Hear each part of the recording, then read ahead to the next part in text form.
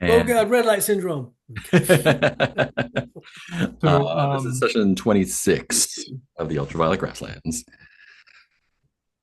Mike, I was trying to manage the caravan. I did not do all of the expenditures. Just for clarification, we have gotten to the Behemoth Shell, and we basically hung out at the Behemoth Shell and did some stuff in your absence. Mhm. Okay. But Yeah, I we probably have zero supplies. think we ran ourselves dry. Yep. Yeah, Got it. so that needs to be adjusted. Oh my. And we're like almost out of cash too. And it is Yes, pilot month. yes. Yeah. I think the main reason we're out of cash was because you were here for that session, Mike. Because we remember we bought that like $7,000 We did, but we had a little bit artifact or left. whatever. Yeah. Yeah, we We, did, we, but we had some left. But anyway, Oh, yeah. last that's time cool. I know Pretty good. You brought some trade goods, we right? also we got a couple. I know I spent.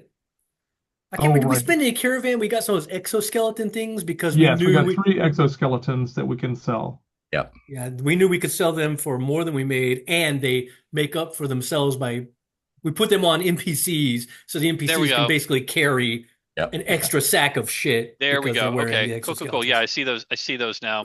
Yep. Yeah. What So was the base? but we were What's it? waiting for What, you. what was it? Okay. Cool, cool, cool. Yeah, yeah, yeah, So yeah. still the Let's see. golems. Yeah, exoskeleton.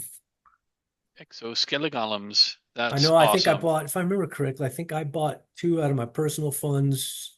You bought one, and Did the I buy other two were one? bought by the caravan. Cool. Mhm. Cool, cool, Um, cool. And the going has been hard and wet Yeah, that's for right. the last couple of weeks because it is October. Got Well, it. yeah. which also means there's a bean delivery at the Srivort, Yeah,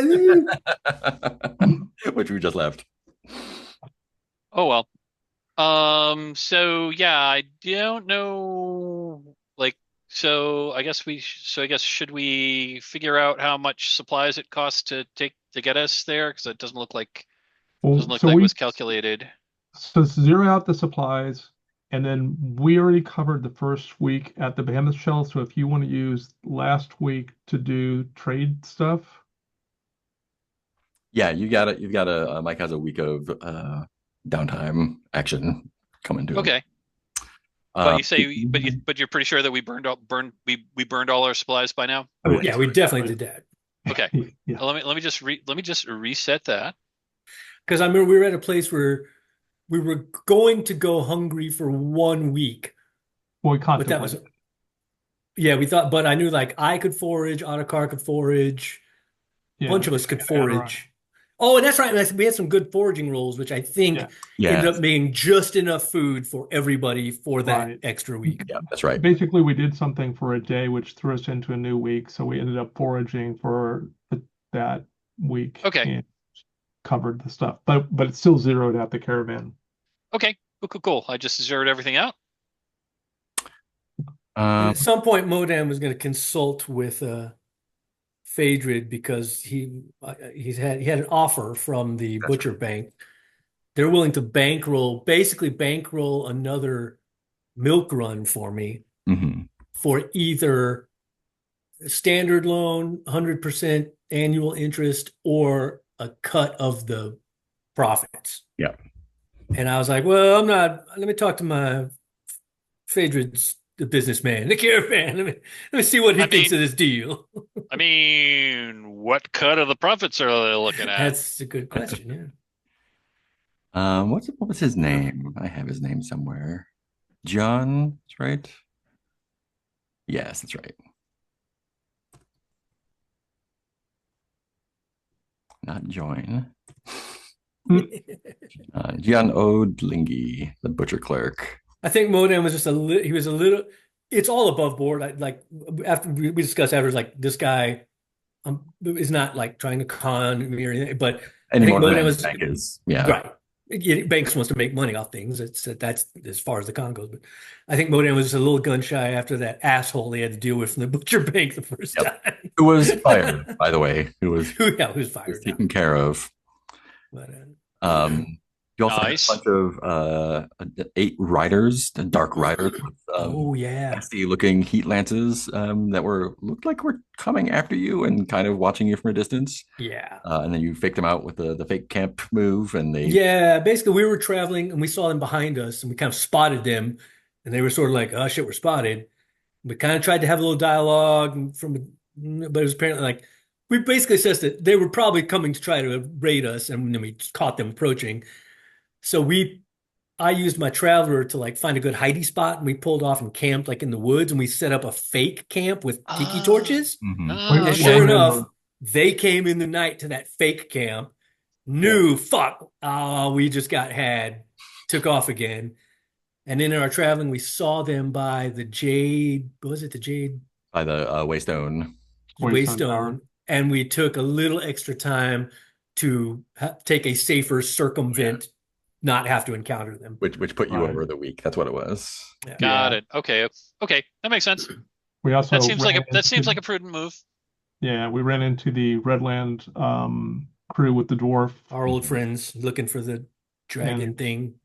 yeah. I say I remember I was I remember that encounter unless we encountered them again. No, we can't count them Again. again, just Yeah. last They session. Oh, okay. they're coming back. Okay. Yeah, they were. Yeah, I think they were making. Oh yeah, because you camped near them as you were like traveling together for a little bit. Someone someone rolled a 1 on something last time. I wrote down what it was, but I didn't write down who it I was. feel like I might have rolled several. I can't There remember. were a few. Someone Um, did someone take a I'm crystal looking at the fungus? dice. I'm looking at the dice roller. Aderon rolled a 1, and yes. Motorhead wrote a. Alba Negra rolled a Alba 1. Negra. Did Alba Negra take the crystal fungus Oh yes. burden? Where is that? It should be in her sheet. Um, It's Yeah. under the very confused thing that starts with translucent hands. let's see. There we go. Great. Okay. Put crystal fungus out in front so it's easier to see. Alba Negra. I know Because I you had definitely asked, had some bad rolling last session. I remember that much. you had asked what happened with Alba Negra's hands, and that was my answer. Do you remember who? Oh yeah, okay, I remember that one. Okay, I got it. Yep, got it. Great. I think that gets us up to speed. Um, I'm just looking like Alba Negra has a. So Alba Negra has a Dio song as a skill. yep, Holy Diver. yep. That's actually Aderon has that too. Alba Negra was trying to learn it by observing. Oh, okay. Yeah, I think O had it too. Yillis had that one. It's a popular one. So you have a downtime action. Yeah, you got your Like to do. cycle action for you. Okay, I've got a downtime action. What do I want to do with a downtime action? Your destination action. That's what it is. Okay, so at destination, yeah, I think I will do some. I think I'll do some wheeling and dealing and try to sell some stuff for more than we paid for it. Hell yeah. Cool. Let's go ahead and make that check with So that's going to be. I think we said that was like. thought or charisma, which is Yeah, I was going to say charisma plus advertising engineer. yep. That's a +8, I think. That is a +8 on the roll. Where did I put my dice roller?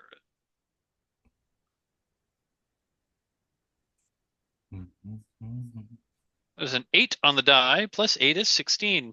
8 is 16. Fantastic. Great. Solid profit. So are you selling the I see we have some trade goods. I see we have some exoskeleton, right? Yeah, so I guess one question is, did we want to keep any of those exoskeleton or did we just want to sell them? They're uh, So the dilemma is, yes, they'd be cool to keep, but it depends on how broke we are. Can We're we pretty make broke them? right now. Yeah, you are We're about pretty to go broke right into now. a very fun dungeon, though. With who knows what in it. true. That is true.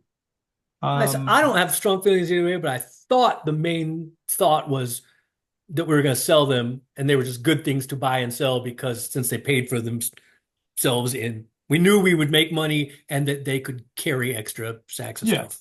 That was the Okay. goal. I'm cool with that. Cool. But But And if we want to sell other stuff I first, I don't didn't know. and I don't know what the base price was for those. I think those were 500. Let me double check. yeah, they were 500. Okay, great. Okay. And how many So if were we got 3. 3. Yeah, that sounds right. there?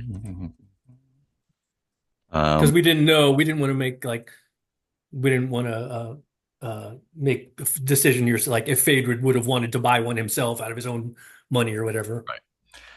Cool. So that'll get you 1,800. Nice. Yeah. Keith, you redo your hero dice. Thank you. Oh, thank you. I hadn't done that either. Don't let me get out of here without giving you guys XP at the end either.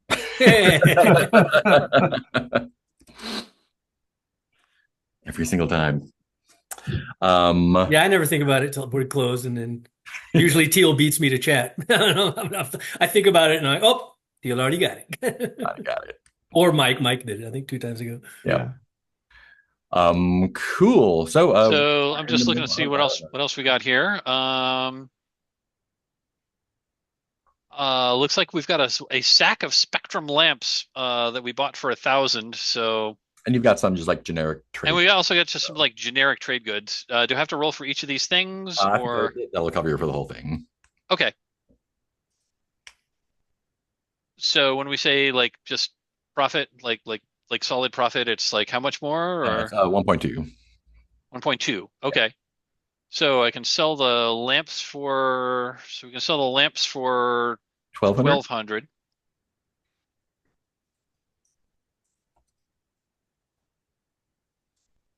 And then if you're selling all of those trade goods, that is 12 times 2 times 1.2. 28.8, I think, for all of the trade goods if you're selling all of those. Yeah, we'll sell that. Yeah, we'll do that. Hold on, I'm still trying to. Google Sheets is giving me guff. There we go. Remove that. Okay, so that's 1,200. That's plus 100 times 1.2. Or 2.1 to 12. Yeah, I had an extra 0 in there. 2,880. Okay. 28 was a little high. Yep. I'll take it. Okay, so we now have we now have 4,500 cash. Yeah, not bad. Seems like a very seems like a pretty solid fund. I just update the caravan sheet.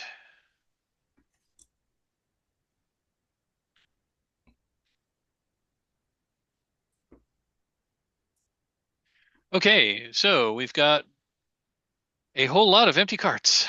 You Can we put carts inside carts? You cannot put carts inside carts. Like in D&D, like you don't want to put a bag of holding into a portable hole. That's bad. Bad move. I had a character like way back in the day. I had a character do that once to like take out a bad guy. How many sacks does a cart take up? We disassemble it and put it in sacks. You could do that. So,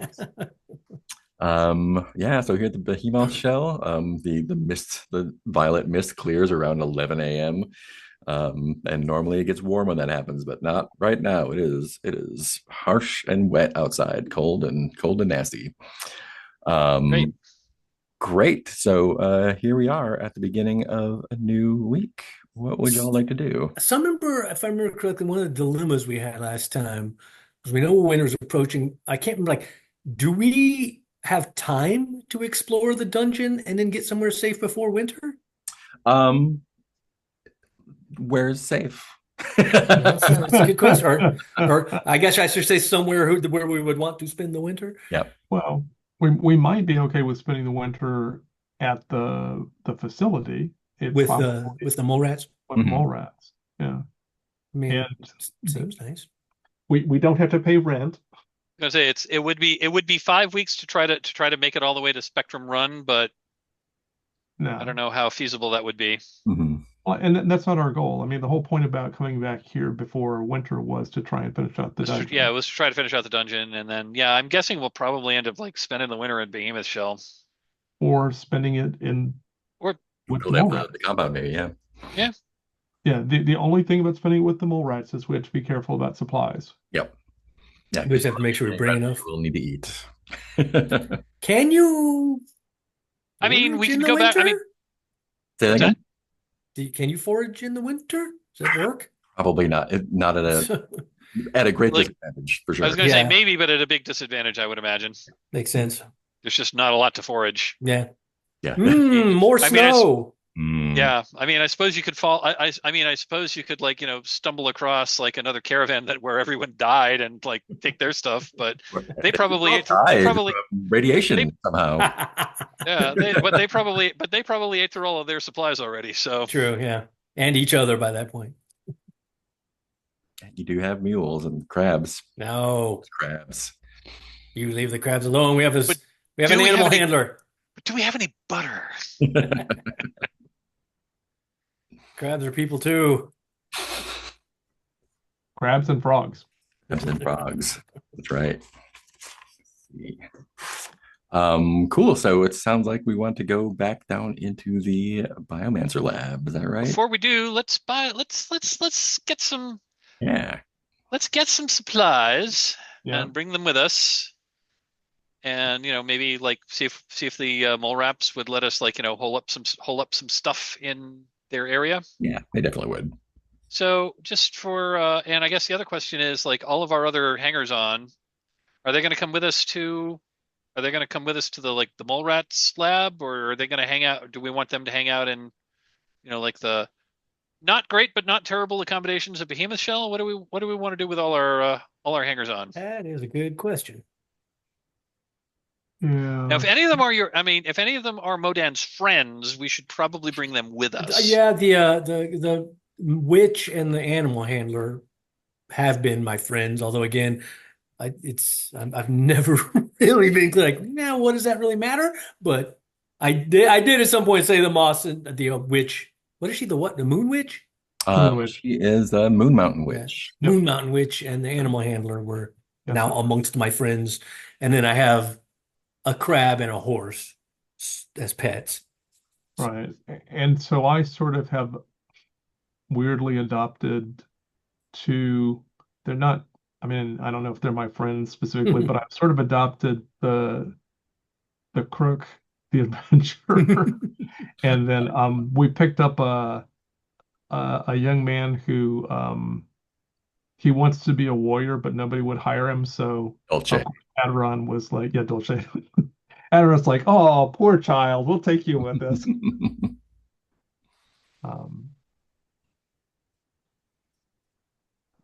So, I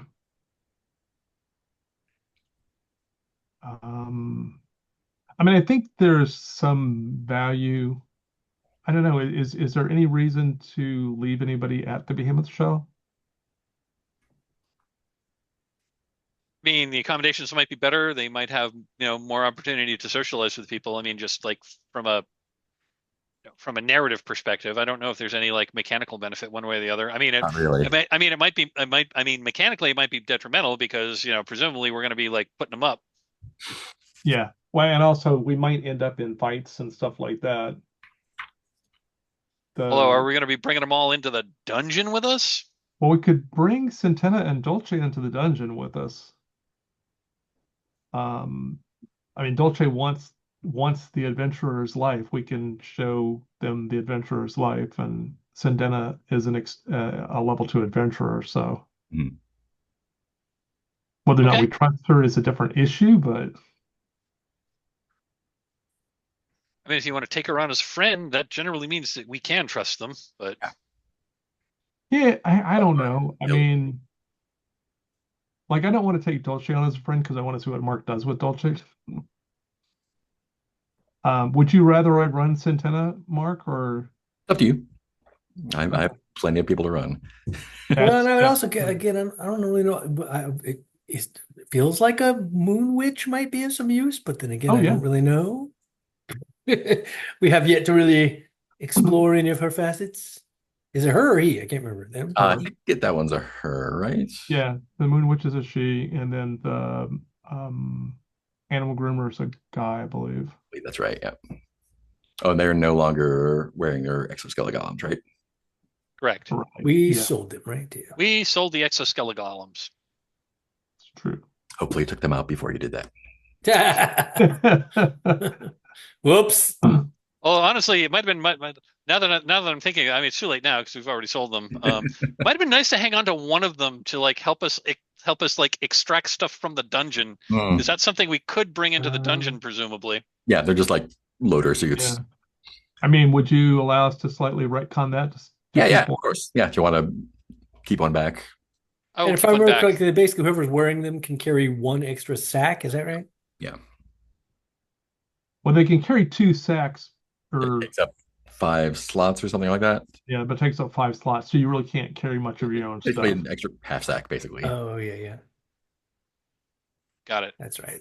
Well, I Yeah. mean, I mean, I could go either way. It's up to the rest of you. I would say keep one. I mean, we're Okay. partly trying to figure out what their usefulness is too, because they do sort of seem useful. Got it. And they were like what 500. did it sell them 500. for? 500. Oh, oh wait, we It guess was right. 1.2, so But so 600. yeah. Okay.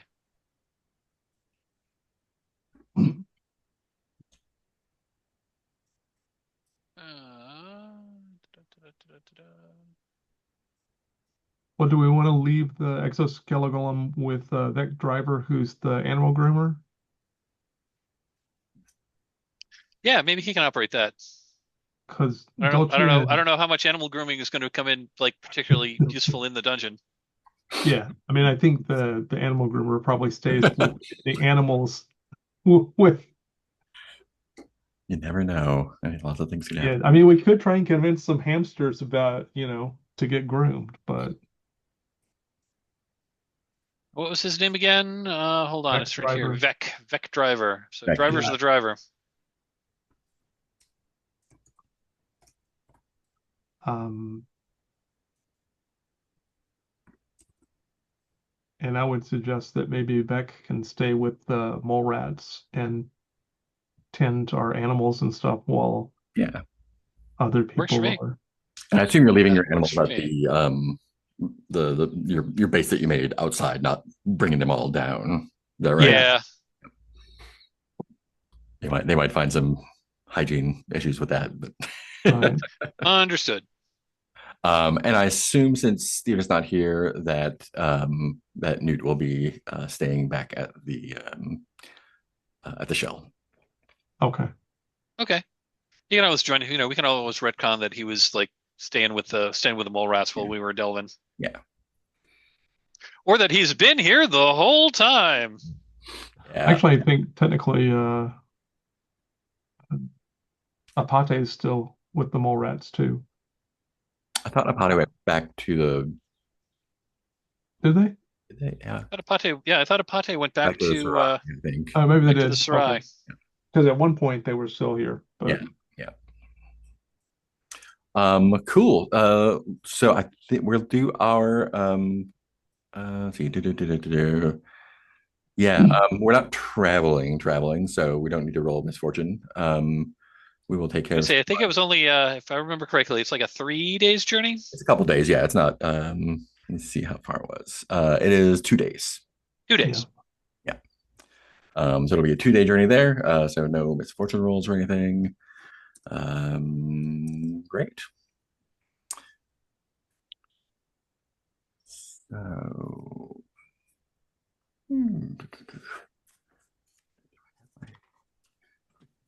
have my drawings anywhere? Probably. Oh, there it is. Such a good drawing. Great. So you are going where? so we're going to go back to our base Mm-hmm. You got your base above the Lurid Pines. We've got our Yep. hospitality suite with the mole rats. The last state of the hamsters level was you had murdered most of them. There were a couple that got loose. There's an elevator shaft that had opening, but was mostly blocked by It was debris. blocked by debris. And there's the other entrance, which is also smaller, where the asshole gerbils come in and out. Yeah. So we do have rope, which we should remember to bring with us this time. Oh yeah, because I think I put that away. Yeah, but it's in the caravan. Yeah. I was saying I only. Oh no, I kept it. I have rope at Elmi. That's right. I was gonna put it away, but then we put the exo golems on other people. Right. So I do still have my rope ladder on me. Yeah. Okay. And I have some rope too. We both contributed to it. So Sounds good. So I guess the question is, do we want to go to the big elevator shaft and start excavating, or do we want to go to the other one, which will presumably lead us to the to those jerk tinker guys? The gerbil queen. I mean, I'm in favor of avoiding the gerbils because I don't really want to do them harm, but I also don't want to deal with them. Agreed.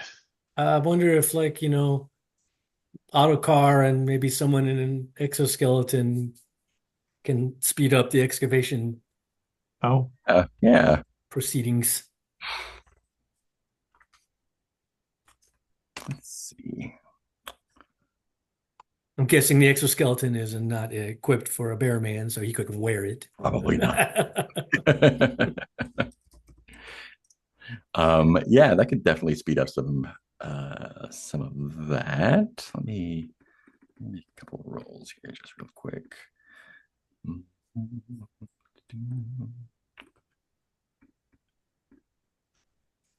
Great. Yeah, so I think with your rope and with your exoskeletons and with your bear, you can definitely do that in a reasonable amount of time. Okay. Define reasonable. Probably like within a day, I would think. okay. Assuming there's not more face shifting centipede. Yeah, and I think so as we're going down there, yeah, 1, 2, 3, 4, 6. Great. There. Yeah, so there were those two hamsters that were loose, right? And when you go down, you don't see sign of them. No, that's not true. That's not true. Let me see. Who is that going to be? Yeah. So there's that first corridor to the so when you're coming down, you have two choices basically. There was the door that leads to like the compound there that had the lab equipment and stuff, which is still recoverable if you want. And there's the other door that went to the zombie pit that had like the not cells, but like rooms along the way that had dead hamsters in them. I think as you're progressing down there, taking the appropriate amount of caution, because you don't know for sure. Two of those rooms are closed, and they have like they're kind of like if you see like a in a hospital or something, there's the doors with the observation windows in them. There are two rooms. Each one has one of those hamsters in them, and they appear to be bolted from the outside. Bolted from the outside, as in somebody locked them in. Somebody locked them in.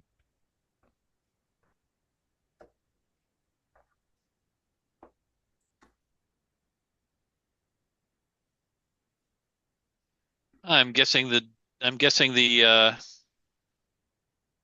gerbil tinkers must have encountered them since they're more and they outnumber them now, and since we dispatched most of them, at least that's my guess. I suppose we could ask, but they weren't really much for conversationalists.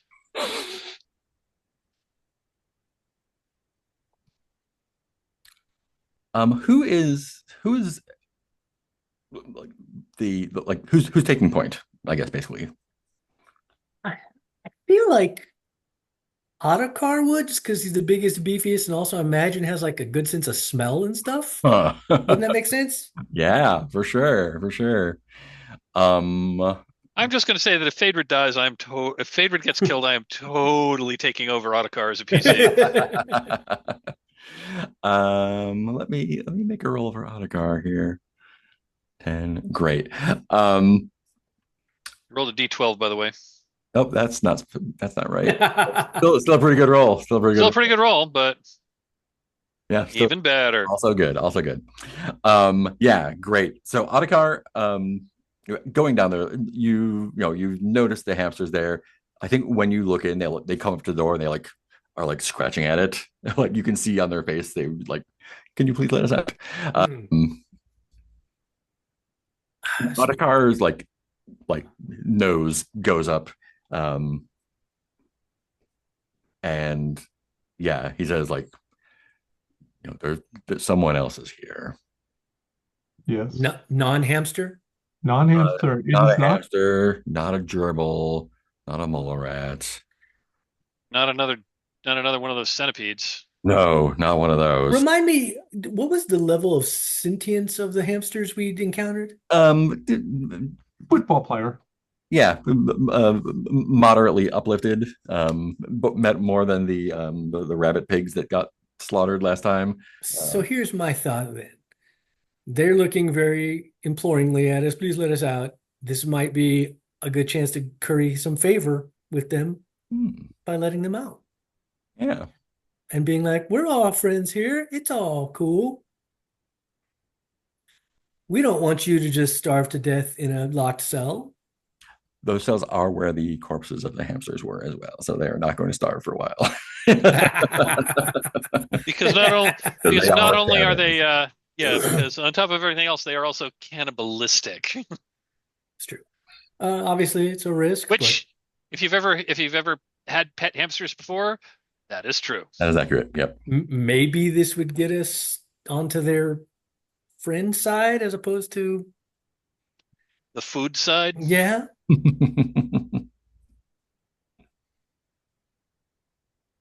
We should perhaps ask them. yeah, just give it a shot. I will give it a try. If I remember correctly, can kind of sort of I can kind of sort of speak a pigeon. Yeah. I Um, mean, let's get a if you want me to make a languages roll, I can. ooh. I don't think you need a languages roll, but let's do a charisma roll. Charisma roll. Yeah. Okay. Try to make yourself look as hamsterish as possible. Make a hamster Adderall changes face. into a giant hamster.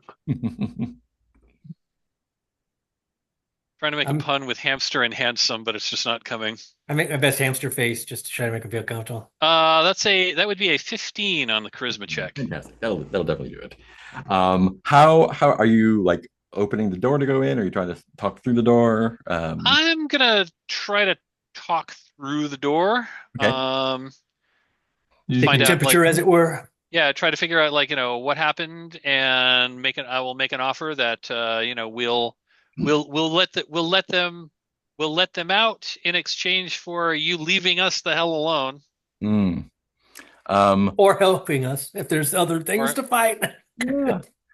Um, I think the message you're getting from them is we tried to eat the and the word he uses not clear, but he means the centipede guy. Um, and it was taking a long time, and the fancy rats came, and there's too many of them, and they didn't eat us. They put us in here instead.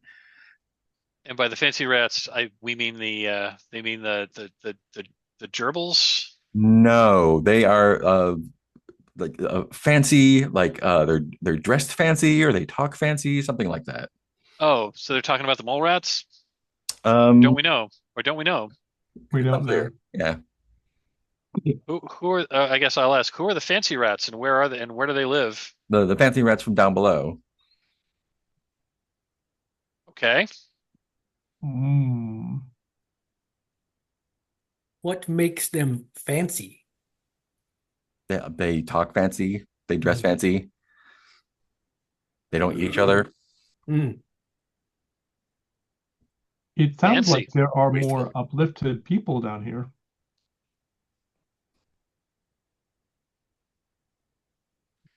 Okay, well, thanks for the information. The Are deal you us?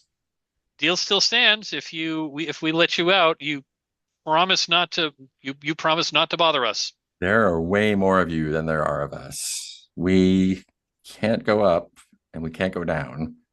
We will they I think they offer to stay in the like in the lab area. Okay. Um like we'll make our way there. Um Um, but you We said don't. We have no ill intent. We don't want to hurt you. We don't want you to hurt us. We just all want to wander around. okay, well, if they agree to that, I will let them go. With the uh, warning that and if you go back on your word, you know what happened. You know what we did to the rest of your you know what we did to the rest of your you know what we did to yeah, your friends. they're right here. We're gonna take them. We're gonna take them We're to. going to take them with us. We're gonna make a couple trips just to. Yeah. So they are true to their word and they go and hang out in the lab area. Okay. Well, we head on down. Of course, Yeah. now I have that now I have that old Weird Al Yankovic song, Attack of the Radioactive Hamsters from a Planet Near Mars." Yep. But anyway, Yeah. So I think there's a bit of hauling to be done. Getting debris out of an elevator shaft is slow going and difficult, but you have a bear and someone in an exosuit, so it's not terrible. Um, I assume we can do things like we can set up we can set up pulleys yeah, and the ropes and yeah, use that to hoist stuff out so we don't have to absolutely. we aren't constantly climbing up and down. Yeah. Okay. And as the hamster said, the body of the centipede is still mostly there. There are bits taken out of it, but it's you know it looks like a giant centipede that's been lying in a Yeah. ruin for a month or two. Got Uh, it. I'm sure it does not smell good. yeah, it's probably not great. Maybe the smell is mostly faded by now, but probably not all the way. I mean, it's probably most at this point it's probably just mostly like a desiccated exoskeleton. Yeah, yeah. Um, where are the rest of you hanging out? While is everyone helping with the excavation, or is it mostly just? I think I mean I'd be helping. I think we'd all be doing whatever we could. Yeah. Yeah, yeah, Whether So, that's whether that's as stuff comes up, we'll move it over to some place so it's all not piled up right near the entrance. yeah, yeah. so Aderon has the unique task of, as we do excavation, Aderon will check to see if they can get an observational pseudopod through whatever. Like, eventually we will get to the point where gaps start showing up, and Aderon has the ability to send an eyeball through a narrow gap and stuff like that. Absolutely. Um, I think I'd like you to make a Christmas save as well. Charisma. Yeah. Interesting. Okay.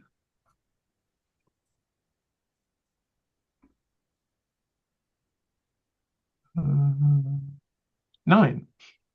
That's a 11.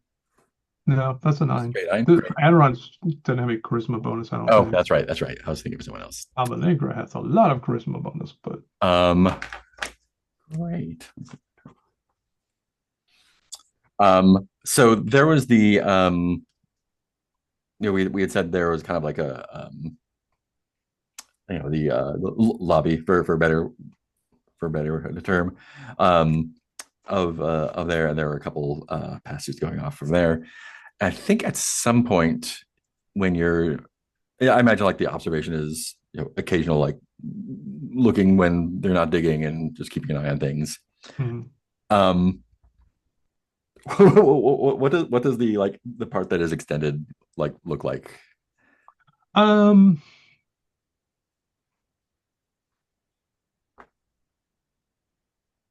Probably Aderon will just uh, create a sort of a snail's extension from their forehead, so bend down towards the hole and then extend an eye through Yeah, whatever.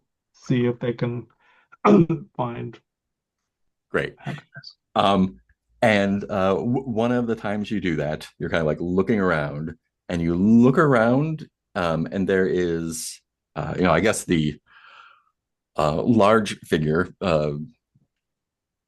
proportionally.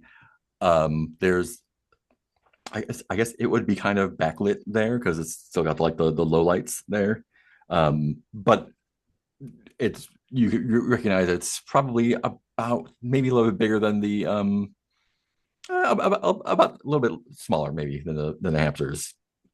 But it looks like it has like feathers, and it is holding a looks like a very thin, sharp sword or a foil maybe at your thing, and it's like about to poke you just to see like not like attacking, but like what is this thing coming out of it? Gotcha.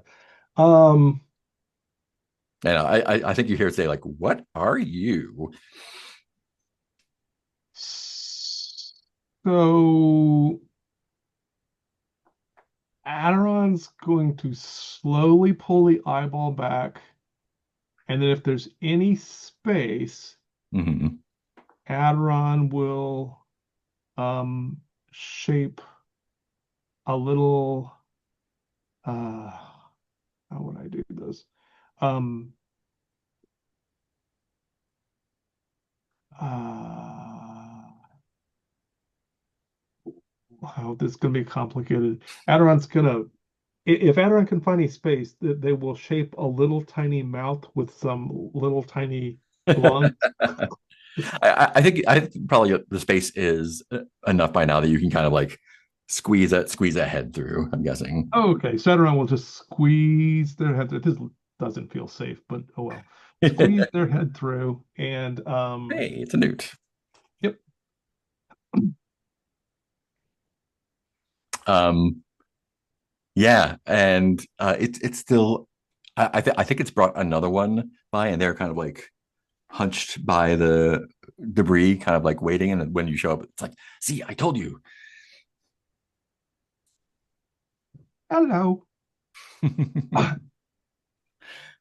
You made a right. Um, yeah, I think it's like, you're not the bug, are you? No, we have killed the bug. Good, good. We were hoping it didn't come back. What are you? You're not a you're not a cannibal. No, I am. I was born in a lab. Oh, I am a human, I think. Maybe. that, Although I do seem to have. hmm. Do you know human? I suppose it could be a human. I don't really remember, but Most humans are not quite as mm, flexible as I am. mm,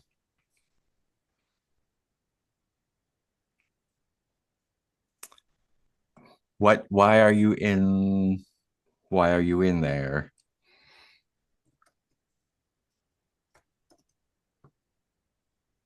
A group of us were exploring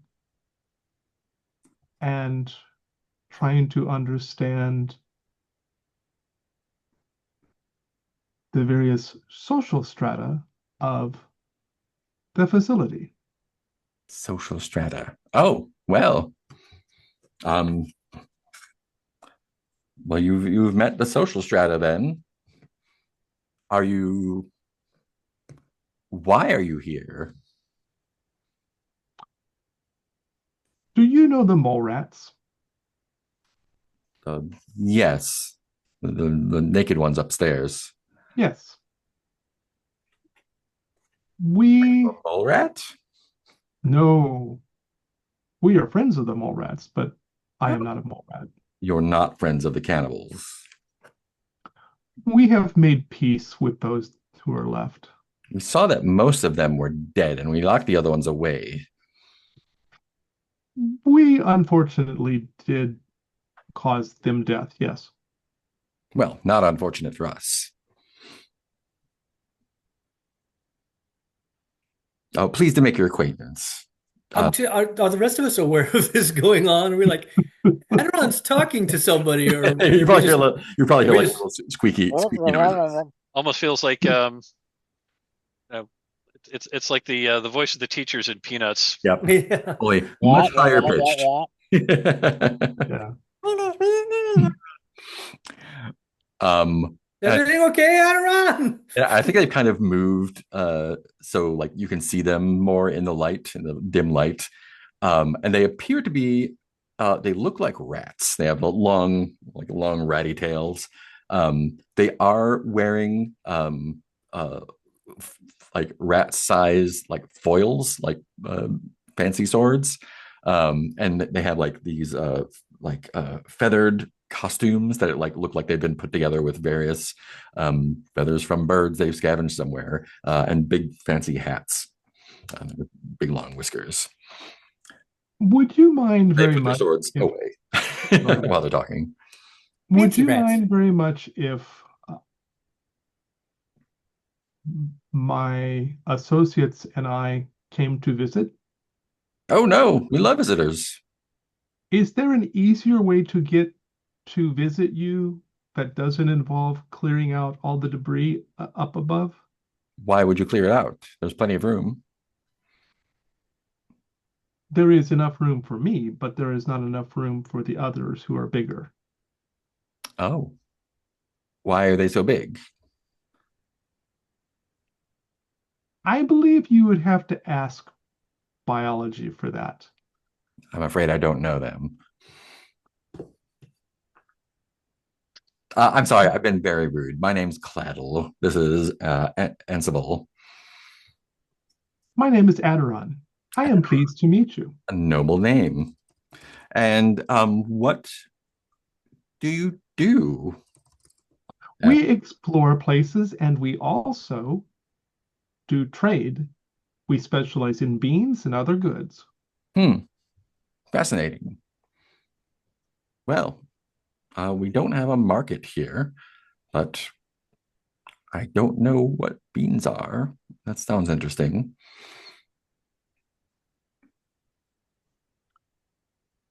This facility has equipment that might be of value in other places. We Facility. did find The castle? the castle, yes. Hmm. Are you here to steal from us? No. Good, because he like rattles his sword a little bit. We Yeah. don't take kindly to thieves here.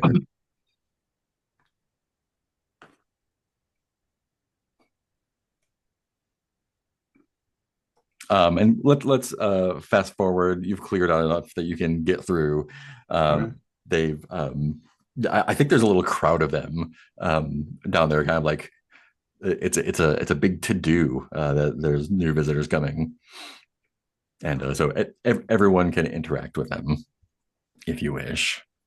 Greetings, friends. Greetings. I think the Claddle, the one that you're talking to, is kind of the ostensible leader, I guess. So they're about 3 feet high, 4 feet About 3 high? feet high, yeah. 3 feet. Okay.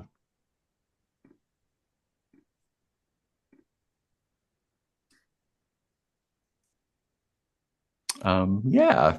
Um, what do you want to do with these fancy rats? So would this coincide yet to what was the secret level on the map that Phaedra downloaded? No, this is still there's probably still another level below here. Okay. Let me look at my my map here. There's the fancy rats. Yeah, definitely. There's one more below here, and that's I where like mean, the you would go down to that one, and then up through that one would be where the um, gerbils would be. I think like my, is just using my pleasant trait to just talk and kind of just get as much information as possible. Like I kind of want to figure out first off, just from what I've heard, like what do they consider their domain? And like we don't, because we obviously, like as Adron said, we don't want to. We're not here to take anything that they consider theirs, whatever. We do like to, like if there's things that are outside their domain that we could scavenge to sell or whatever, we'd like, but absolutely, we're not going to take anything they lay claim to or anything like that. Of course. Uh, great. So just kind of get an idea of what is there. This is our area. Yeah. So they they they all go around and introduce themselves. They have fancy little names. There's a couple dozen of them, about as many as there are of the mole rats. And they are all very very formal and very polite. They kind of lead you to they say like, oh, we must have a feast. Yes. Let And me introduce you to Beans, my friend. so they lead you through let me see what we got here. Boom, boom, boom. That one's up there.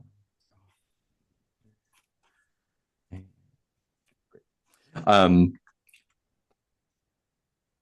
yeah.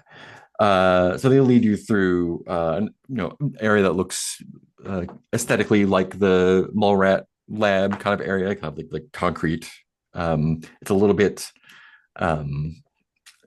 little bit damper down here, a little bit more earthy smelling, I think. The walls are not in as good repair. Um, they lead you through an area that's another like a I don't want to say warehouse, but kind of like a larger open area that has a bunch of stuff piled up around it, with like various tarps and whatnot over it.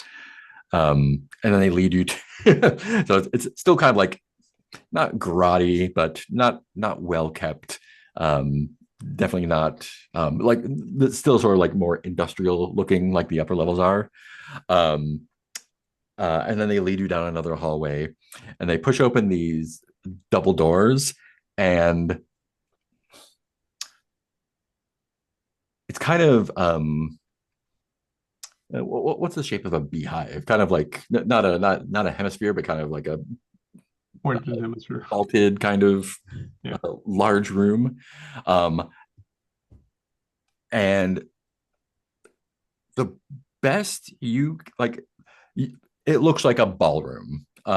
There are like tinkered like chandeliers hanging from the ceiling that look like they've been made out of like old experimental or medical equipment or industrial stuff. The floor has been tiled. It looks like they pulled pieces out of other that's like very nicely done and smooth. There are lamps on the walls. There's like uh, foil or tinsel like decorations everywhere. And there are a couple like long tables set up like in a V. And they like open the door and they like gesture to it. It's like if it was there would be non-diegetic orchestra music swelling as they showed you this their grand ballroom. And they got like Clydo kind of like looks at Aderon probably be like, huh? Like, huh? Very beautiful. Pretty nice, right? Amazing work. This Yeah. is a Aderon grand goes, ballroom. It is Aderon goes over and starts examining some of the craftsmanship, since I now have craft person. it is quite nice. Yeah. Yeah. And it is, sized to them. So Yeah. it's a little bit less grand to a human sized person, but still quite nice. Cool. This is very Food is exquisite. fairly tall, How so do they're you do they're this? crouching. Yes. And they motion to the table like sit, sit. And again, they are sized for 3 foot fancy rats. Um, yeah, they have it looks like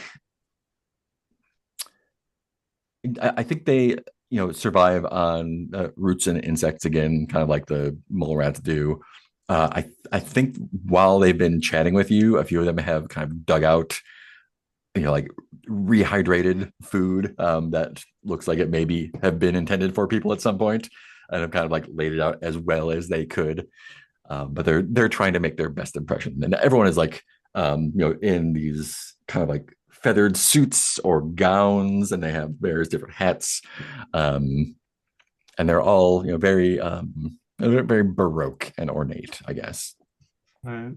So Aderon will change themselves to be short and squat, and add a frilly coat to match the occasion, and then pull out the teacup and proceed to start to offer tea to the rats. Oh, lovely. I would also definitely love to add a spread of beans to the spread. Absolutely. Absolutely. Tea and beans, that's us. And beans. Yeah, but they're basically just giving you the they are trying to impress you, I think, trying to show how cultured they are. Nice. I think Character, does anybody else feel like we're going to be asked to take part in some war of theirs very soon? We already took out the centipede for them, so that's true. You are the chosen ones. Phaedra, especially, I think, as you're walking through that central area, the large warehousey type of area, I think it's clear that there are some things that, if you were larcenous, could be taken and sold for. I'm not inclined to steal from these guys, yeah, but it's good to know. Good to know. There are some things of value. Okay. In fact, good to know that they have there's another stuff of value. Another crate that looks like it matches, like in markings and shape, as the one that was upstairs with the concrete body in it. Well, that's good to know. Yeah. Could come in handy. I wrote down something and I can't read it. Oh, that's what it is. Great. Cool. And so they, there's a lot of small talk. There's a lot of formally introducing each other. And I think Clyde will eventually kind of bangs a little metal cup. Like, so visitors, do you dance? Yeah. Yes. I've been known to. Fantastic. And claps, and a little rat band comes out. Let's. Oh, I would like to do some kind of roll for this. So first of all, does anyone have any dance related skills? I am a party animal. You are a party animal. That's right. You're still a party animal. Let's have you roll for us then. Let's do you know what? Let's do agility plus party animal for you. So let's roll it a +5. Okay. And we're just looking for a 13. Nothing fancy. Let's see here.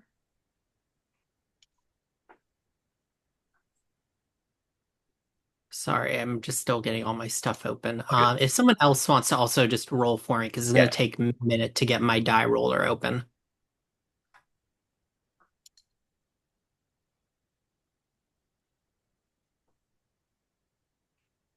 Anybody else rolling, or you want me to roll? Go for it. All right, 20, Yeah, go ahead. D20 +5? D20 +5. 15. 15. All right, that will do it. Yeah, it is a little bit awkward because they are smaller than you are, and I have to bow very deeply. exactly, which they take as a sign of respect. But yeah, you managed to dance time, and you managed to follow along with them, and it's an hour of feasting and dancing. Is this like classical ballroom dancing, what we're It is. doing? It is. It's Okay. like a fancy like a medieval court dance kind of with like Okay. lines and people like doing the little trading off partners and stuff. Yeah, Eh, kind of doing we're kind of like always almost touching, but never actually Exactly touching. with the hands like the cheers. yeah, Exactly. her little claws. They do a thing with their tail that you can't quite replicate, but Aderon probably manages it. The rest of you follow along Yes, I was gonna say. just Do fine. my best. Yeah, doing your best. Shake my tail feather. But yeah, you've made a wonderful impression. And after the dancing and the feasting is kind of winding down, some of them have kind of like filtered away, leaving a half dozen chatting with you and you know asking for gossip and rumors. I think they don't know they know the outside exists. They don't know a lot of details about it. Um, is there anything that you'd like to ask them about or tell them specifically?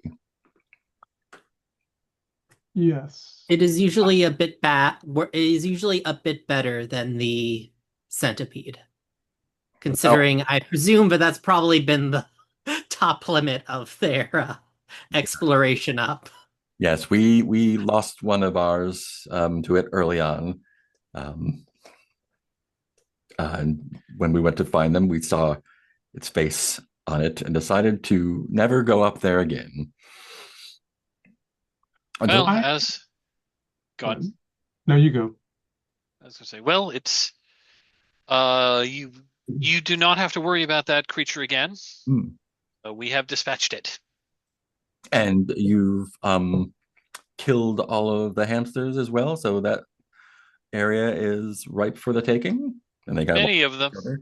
Many of There, them. there were a couple left. We did look. To be fair, before we met you, we did let the ones out of the rooms because we felt. Well, we said, look, we try to be a peaceful people. We said, you don't attack us, we won't attack you. We'll let you out. You can go hang out in the lab area. Just be cool. And they did promise to do that. And so we did let them out of the rooms. I just want to be transparent with you about that, not because again, we didn't know you existed or who had locked them in the rooms, and we're trying to be merciful. They are historical enemies of ours, but that was long before my time. My grandfather told me stories of the battles with them, great battles. And I was we were quite astonished to see so many of them dead when we explored after the, to be fair, ruckus recently. I personally don't hold any animosity towards them, although they did leap at us when we approached. But again, we vastly outnumbered them, so we decided to keep them safely before deciding what to do with them. But Sounds very similar. Our encounter, we did not attack any of them until they were basically attacking us in a very large group, and we had no choice but to defend ourselves. yes, that matches Exactly. stories I know. Yes, they are hungry and savage, and don't. Yes, that has indeed been our experience as well. But you say you've driven them away? I think there's two left. Is that right? I think there were two left We know of that we are two aware of. who are probably hanging out in I described the area we told them to go hang out in Not that to area. be crude, but is it a breeding pair? That I I don't know. I don't know. Hmm. How could we? Is that something out of character? Is that something like we could have told, or they all just look like hamsters to us? They look like hamsters. I mean, Yeah. probably upon close inspection, you probably Right. told, But not in our encounters with them, we'd have no idea. yeah, there was no inspection of genitalia in those encounters. Didn't notice any big giant balls dangling or anything. No.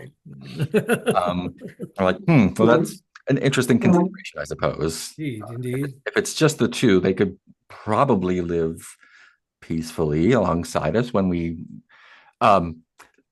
do you since you are the conquerors, do you lay claim to that land? We have some interest in trying to find a place to create a bean factory. And so if that is a good spot for a bean factory, we might be interested. If it is not, then we lay no claim. Again, only if we could do so uh, with no conflict with yourselves, since you were here first, and we again, we're not invaders. We mean, we have no ill intent here. Of course. But speaking with you, Modan, beans are crops. How Yes, I've laid a spread here out of several different varieties. Yes.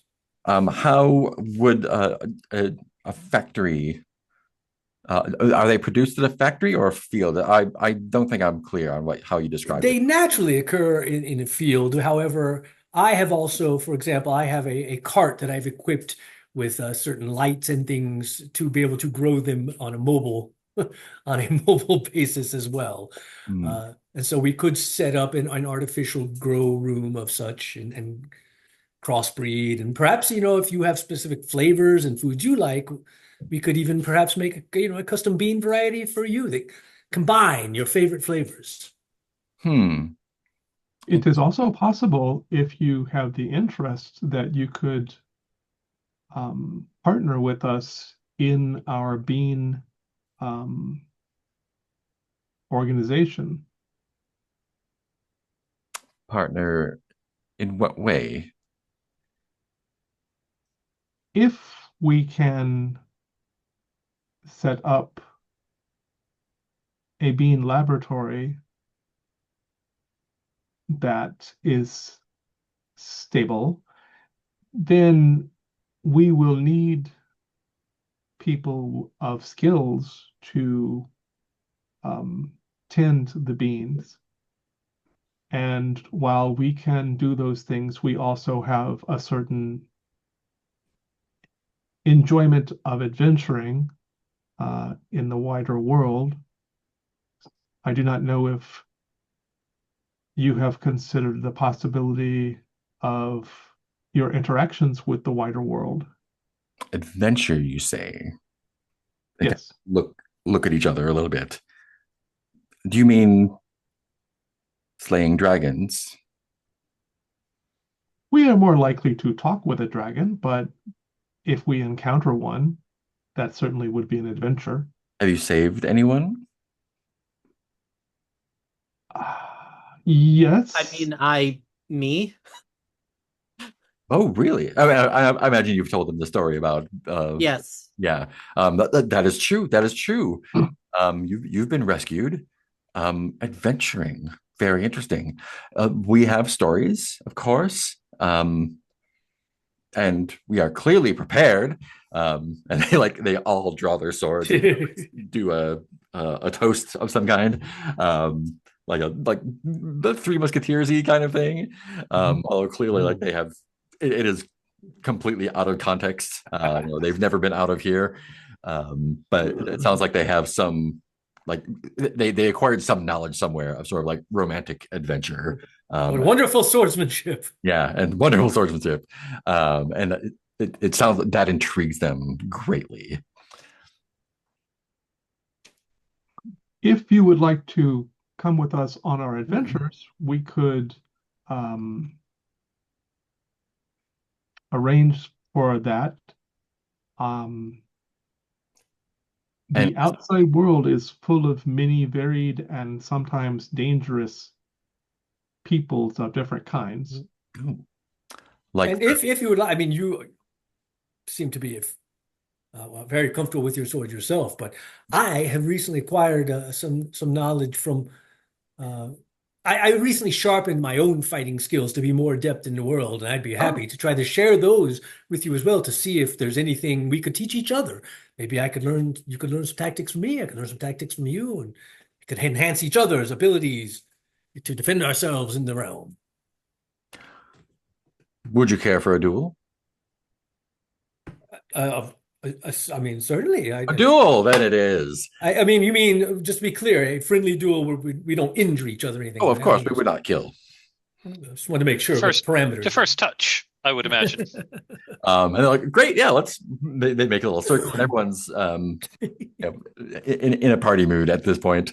And I think it is Ansible that comes and kind of like draws his like, and again, it's probably a foot long. And how what weapon do you want to use with his duel with the fancy rat? That's a good question. I mean, I know. Do we have anything? I would I. If you So I when imagine I they're couldn't happy even to use one provide of you, their. What's you that? if you don't have one, they're happy to provide you with a I fencing wouldn't. pole. I wouldn't I think was I'd be going to able say to I've got hold one of a. their foils, would I I? was going to say I've got a. I do have a sword cane. Oh, That might be a little more comfortable in my hand, probably. It's I actually imagine size. their It's foil. actually sized for people. I imagine I'd be able to slip like two fingers in one of their little. I mean, no, this is awkward. fantastic. I, Um, I ask, is this acceptable? This my friend's cane sword? absolutely, of course. And so he like kind of like draws, on guard, basically. Sure. Can I get an agility check from you? This will be fun. Do I get to add my fighter? This is just for initiative. Gotcha. Okay. Yeah. Agility is 1. Okay. A 13. Yeah. And I think but we're not going to roll through a whole combat or thing. With your size, reach, and experience, you like immediately like have this sword like to his neck. He's like, oh, very nice. And he like Well fought, Ansible, well fought. he like bats it away again and kind of like he's doing his best. Once I sort of like get the temperature for the situation, Mhm. I would, if I clearly know that, okay, I'm a better fighter and I could easily win Yeah. this. He's like a 6-year-old who has Yeah. read about sword fighting but never actually seen any. Then I'll let it make a little bit of a show for fun. I'm not just gonna like humiliate him and Yeah. Yeah. After a few rounds, he concedes and everyone claps. Like, you are clearly great adventurers.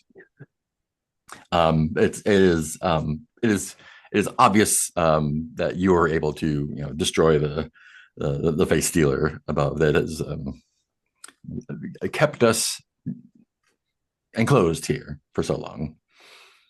Well, you are now free to explore the rest of this complex. I believe we will. We will put together a council and decide how to expand our kingdom, I guess. And Question: So we've noticed that this kingdom has strata, and different denizens live on different strata. Are you familiar with what is perhaps below this one? and they kind of look back and forth with each other. Do you mean the demons? If those are who live on the level below, then perhaps yes. we don't know what's on the level below. That's why we ask. That's why we're asking. Again, it has been some time. I've only heard stories and not seen them. But I understand below is a roiling hell of devils and ghosts and monsters. And may I show you something? And do not be afraid. Certainly.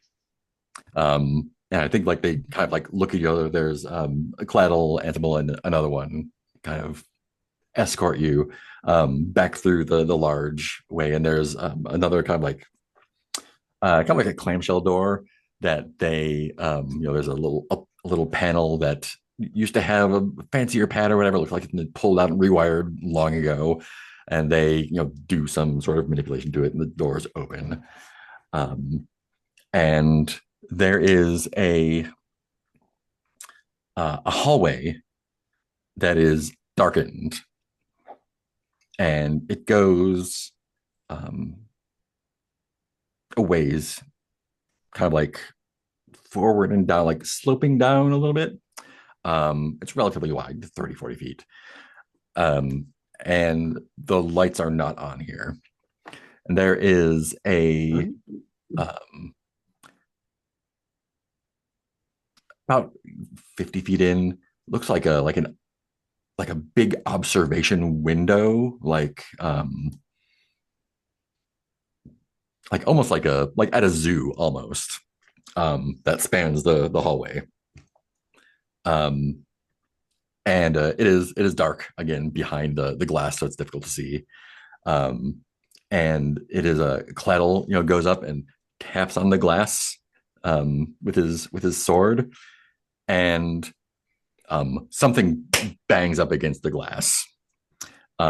Something that was it doesn't look like there's water inside, but it looks like it was swimming about like 5 feet above the ground. It had tusks when it banged, like a some sort like a almost like a walrus head. Um, like banged against the glass a couple times and then kind of like swam off again. I'll take a look through the. You I'll like take a look look at through me the to see window. if you're scared or not. I will take a look through the window. Yeah, if you like get up close, there is it looks like this has been like it was a like an emergency situation, probably it was, and then built up after time. And you can't see too far back down into it, but there are definitely like large and it's not just like tusks like this, it's got like boar tusks as well, or not boar, Horns. horns. And they are like bull walrus size things that are apparently like swimming around in the air. Oh, they can fly. Yeah, there's three of them that you can make out. They kind of like come up to the glass and float back away.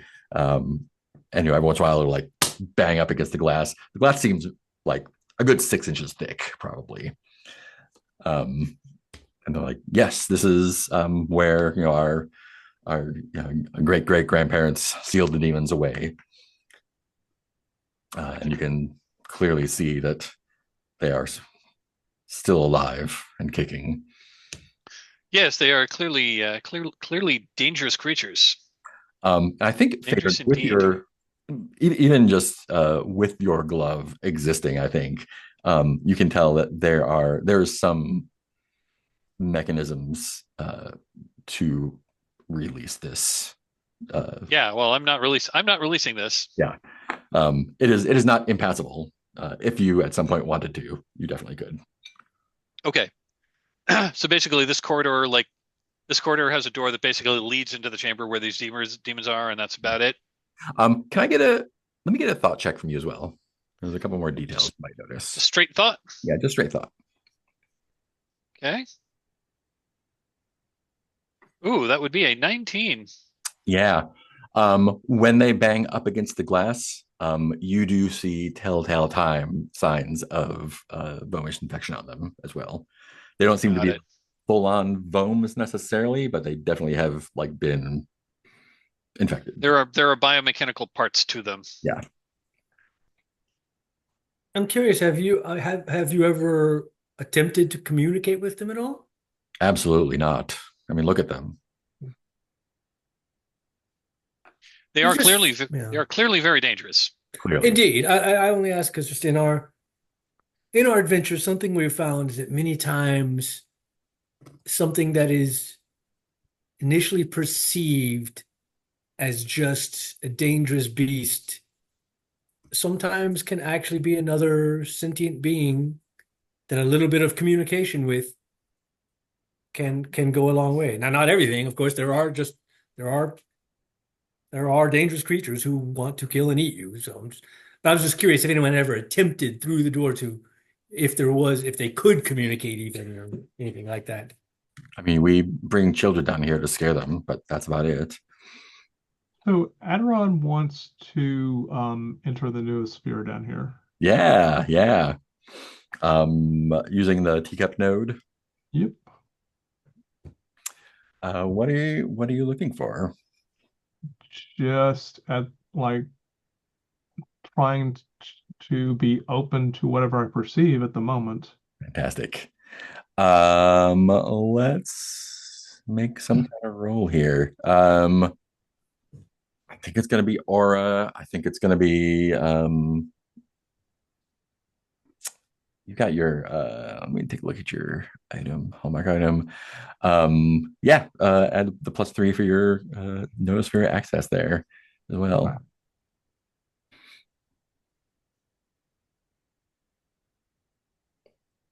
That's not very good. Mhm. Um, there is a presence. Um, it is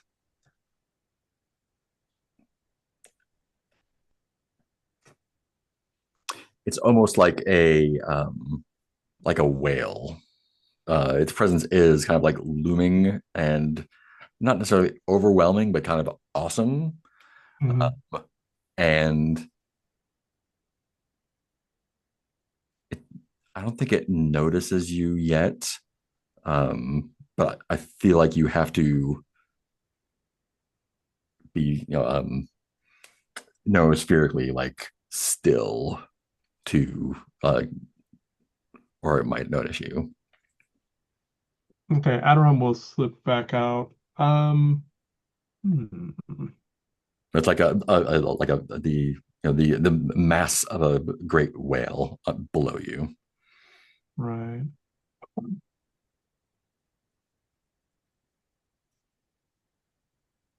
There is something here in the other spaces, but I do not have the skills to safely explore it. Is there anyone else who can explore the noosphere safely? The I oh, might be able to. I don't know what that is. You know what that is? I don't know what that is. Also, So, we haven't really gotten to know our moon witch friend yet. I have no idea what moon witches can do. Mountain Witch. Moon mountain witch, I keep forgetting.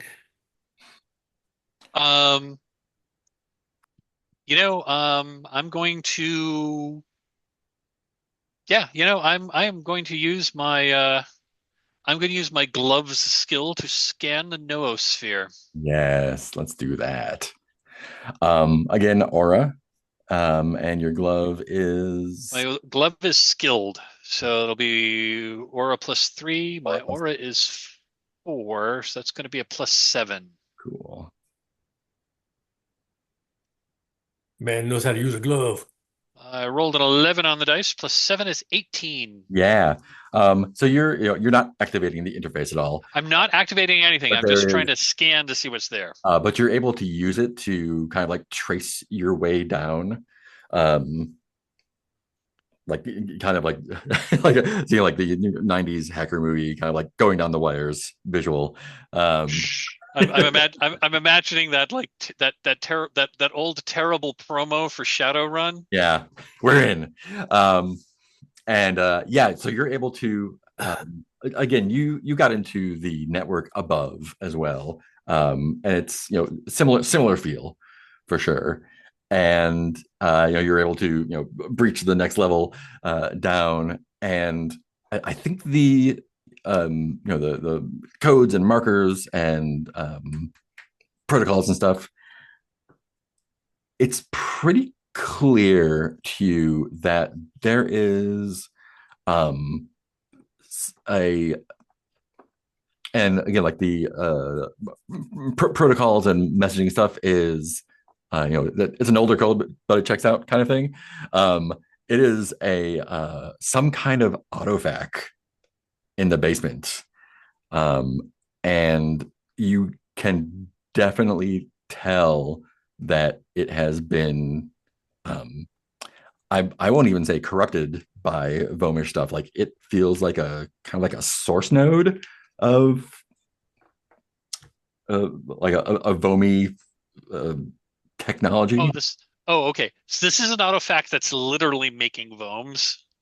or something like that. Yeah. Um, Or like this autofac was like a source point for Vomish contamination. Possibly. Yeah. Ooh, okay. It is big. Um, there are and you can't really hit them necessarily from the noosphere the way you're accessing it, but you can tell like it is being attended by demon processes of some kind as well. But it is active. It is still capable of production and seems to be actively doing so. What have you found?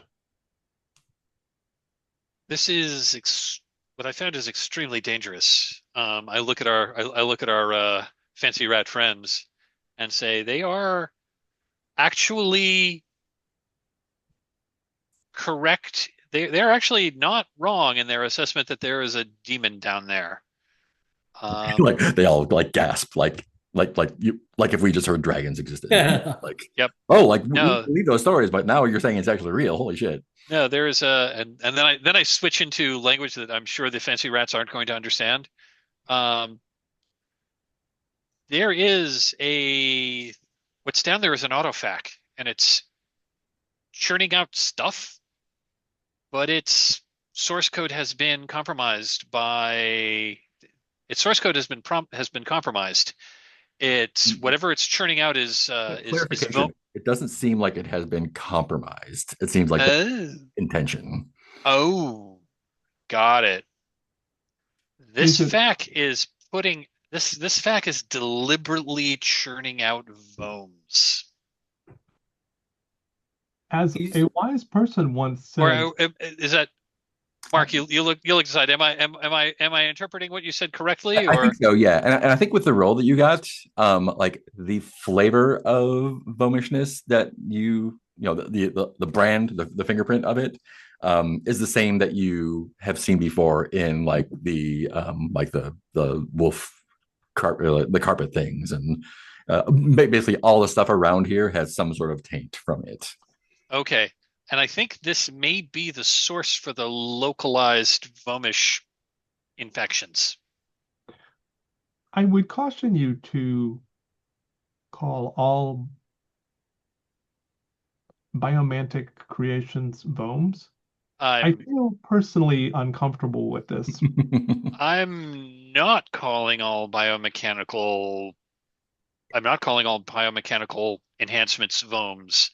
This is a vome. Is it possible that we could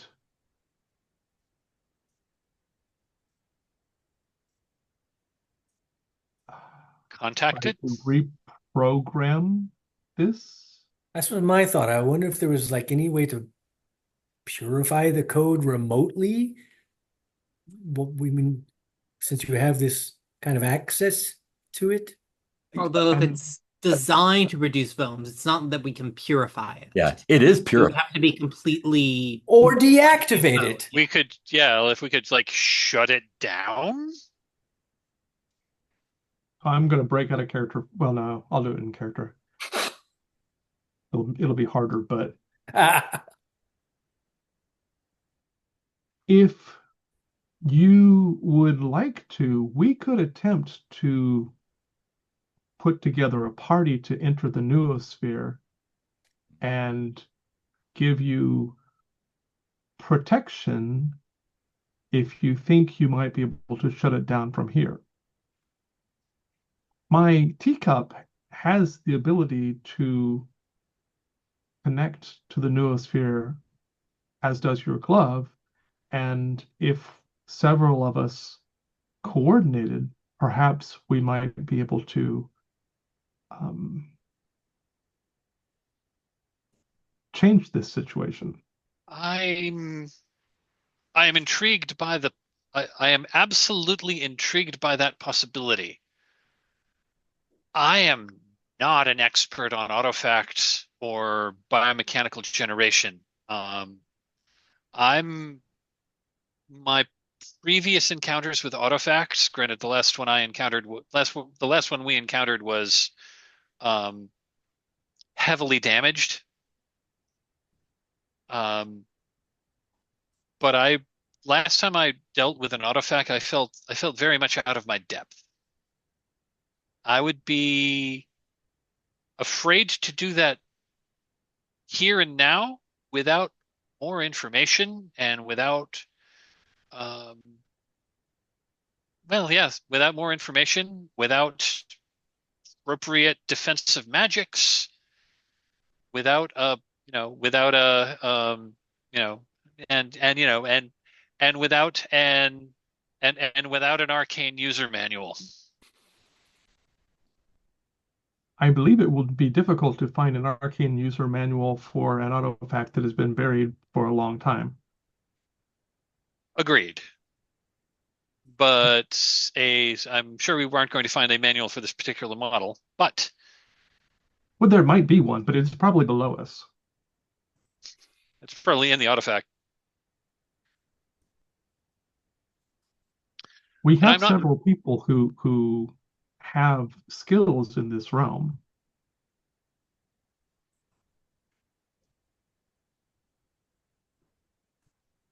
Perhaps we should just do an exploration then. tell me more of how you intend to enter the noosphere and explore that. With my teacup, which is a node, I was able to sense the presence, which then you explored more fully. And we have one or two other members of our party who have experience with noospheric skill sets. It is possible that we could, and perhaps a little bit of help from chemistry, we could increase the number of party members who are able to enter the noosphere through the teacup. It might be worth it may well be worth a reconnaissance mission just to have a better idea of what this thing is and what the danger level is. I think Aderon, the impression of its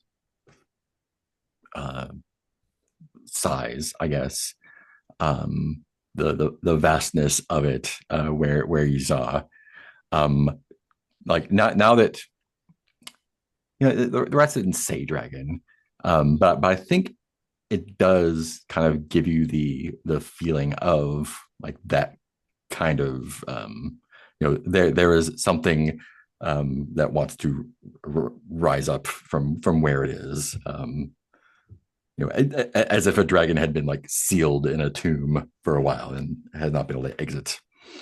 Right. So it did not notice me initially because my presence is fairly small. So we have at least 4, maybe 5 characters who are easy choices to add to a mission. We have Aderon, Phaedrid, Alba Negra, and the Moon Mountain Witch. All 4 of those characters conceivably have skill sets that are noospheric. And maybe somebody else does, but those are the 4 that I know. And you're And Newt has oblique reality. That might come in handy. right. Yeah. It's the other person who is a likely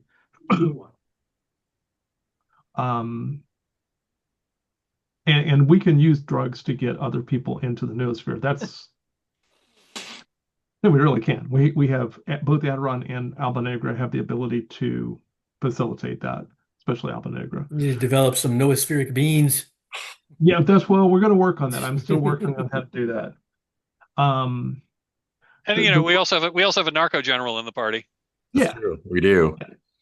So By the way, can we just say that I assume that we've just retconned and Newt is with us. Yeah, yeah. Newt's been the whole time. He's Yeah, been here though. I was I've part of been the here dance. though. Yeah. so so what's the best way to approach this? I mean, one, you've got the amazing glove, Mike, and on the one hand, the glove might actually be a real danger to the autofac. Um, but we don't want to do, I mean, we could try to do this physically too. We could just go down in, but that sounds like that would be more like that would be dangerous in a different way. Yeah. Equally dangerous, but in a different way. Yep. Yeah. So my question is, first of all, do we have any idea of how to do stealth? And I don't know if that's something that's better done through your glove, just trying to poke around the network, or if it's something that we would do through the noosphere in a more, consciousness sort of way.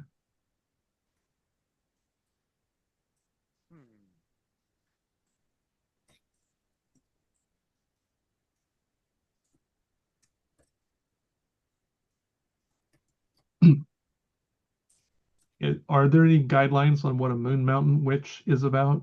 Not really. I imagine because of where, like the locale that she was in, I think she has an affinity with the near moon to the west of here, which is a you have not encountered yet. Right. But basically, the near moon is a moon that is hovering a couple 100 feet off the ground. Oh, okay. As they do, Yeah. of course. Yes. You can almost jump up to get into its gravitational field. Not quite. I assume you actually have to like climb a giant step ladder. You need a ladder, yeah, but that's and then jump, and then you'll get attracted to the moon and fly upward to its surface. Yeah, which is kind of cool. I've read that. That was like, that's one of my favorite chapters in the UVG book. Yeah, it's not too far away. So which is and inside the near moon is also a mega dungeon. Yeah. So Heath, would you be interested in operating through your Moon Mountain Witch?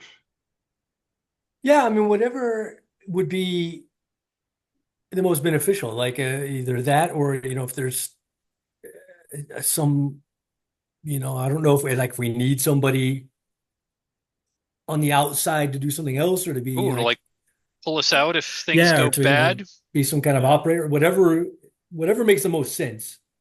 If we tug on the rope 3 times, pull us out. I mean, part of it is I'm just trying to, like, this is a radically different way of adventuring, and so I'm just trying to make sure that we all get to participate. That's my thought. So there's a game. What is the game? Oh, I can't think of it at the moment. But there's a relatively newer game where the way they handle cyberscape adventures is everybody in the party goes into the cyberscape for the adventure. And it's a more useful paradigm than the Shadowrun paradigm or all the other games where only the goes in.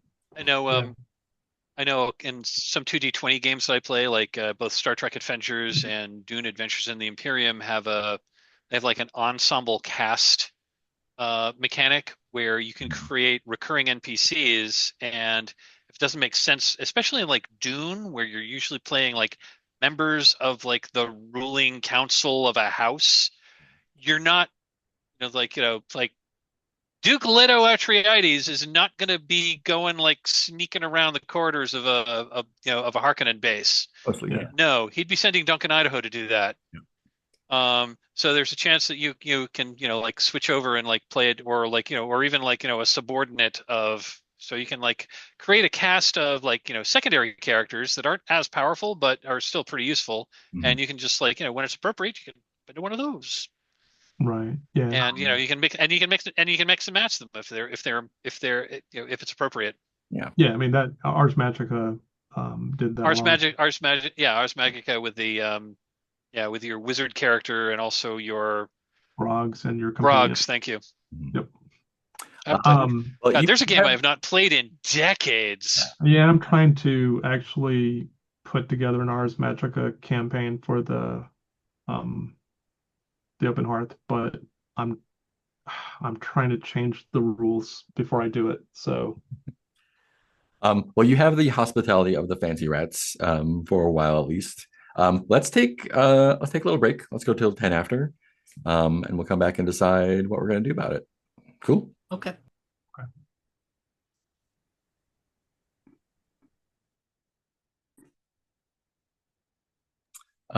So what are we gonna do with our new information?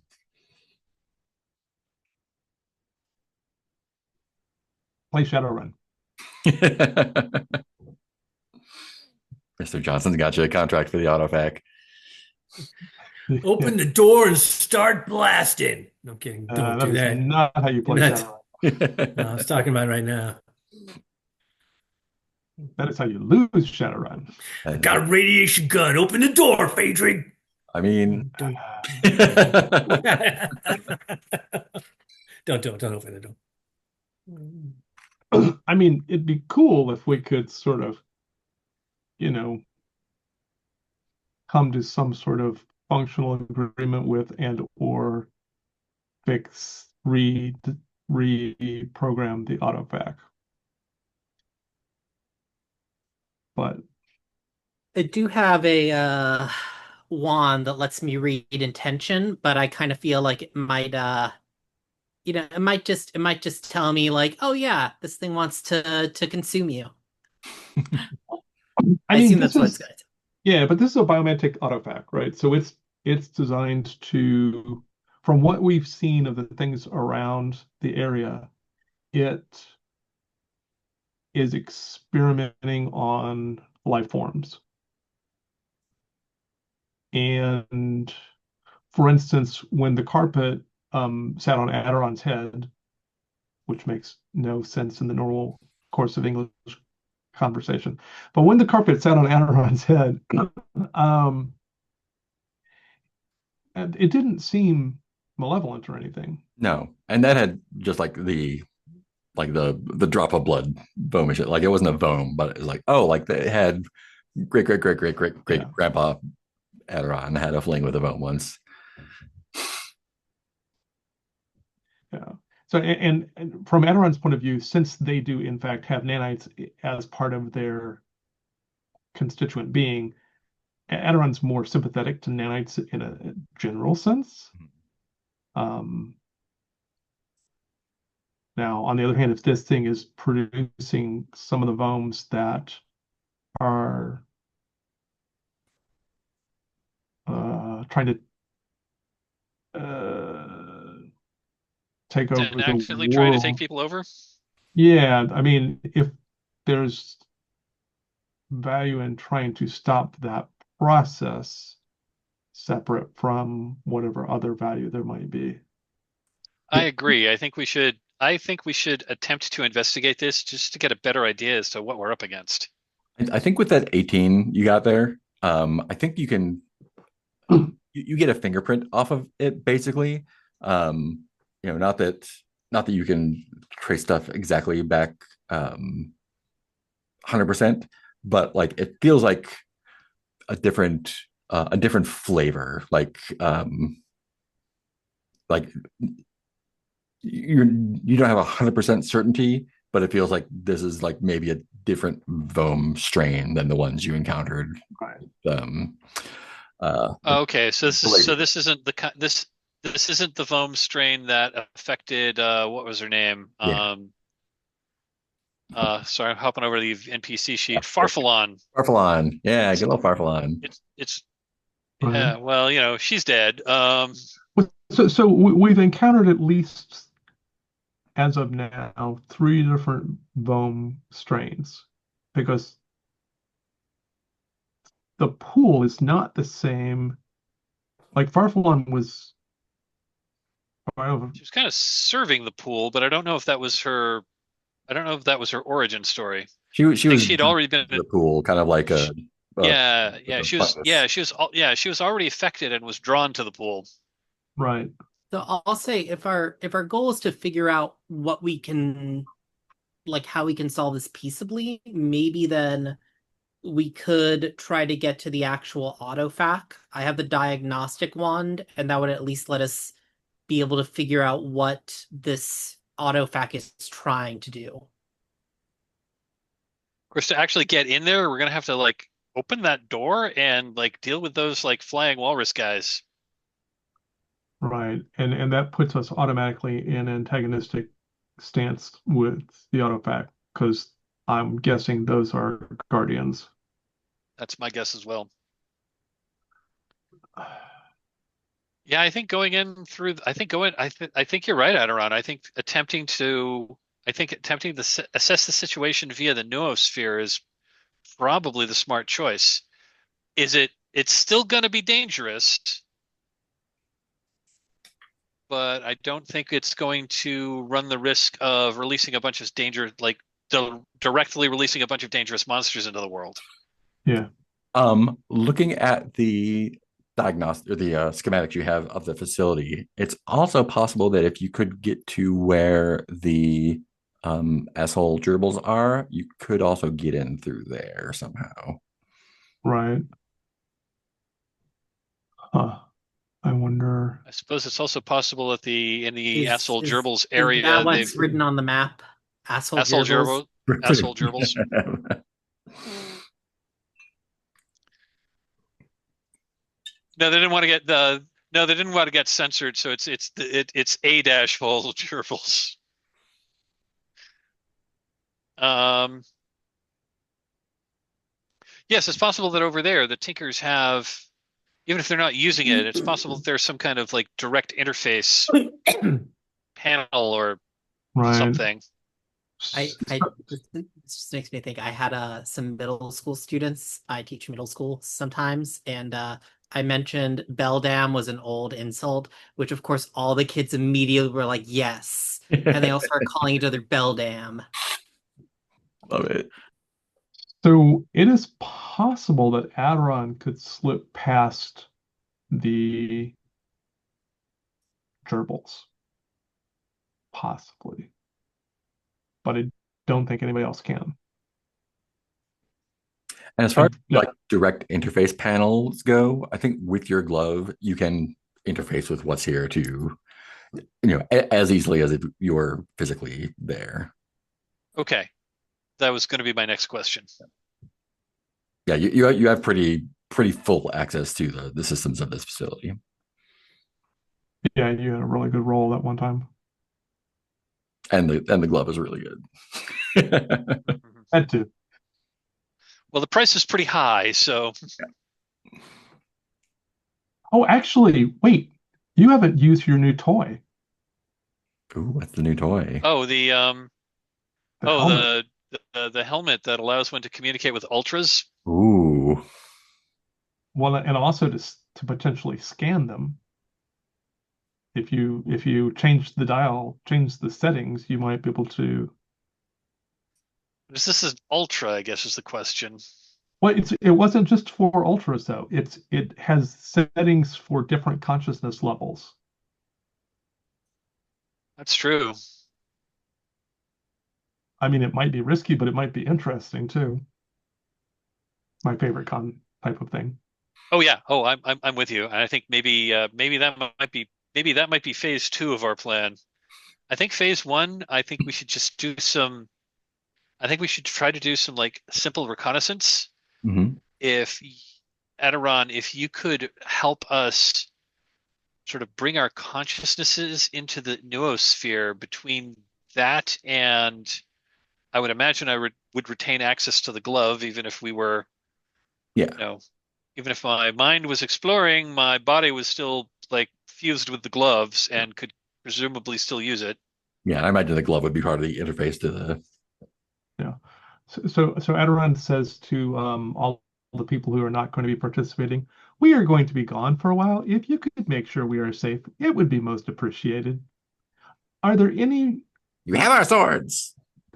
are there any of you who would like to enter the noosphere? It is possible. It is a kind of adventure where you bring your swords into the dream space. I will warn you that it's going to be dangerous. I will warn you that they will make it more difficult to not be seen. I was also going to Oh, say that I feel like if you take them into the dream space, the first thing they're going to try to do is slay the They're okay. going to try to dragon. slay the, Dragon. they're going to try to poke the dragon with their sword, Yeah, okay. and then the dragon is going to breathe fire on them. Um, yeah, Adoran will be like, well, actually, maybe that might be difficult. I think that would be a bad idea. So, Modan, do you want to enter the dream space with us?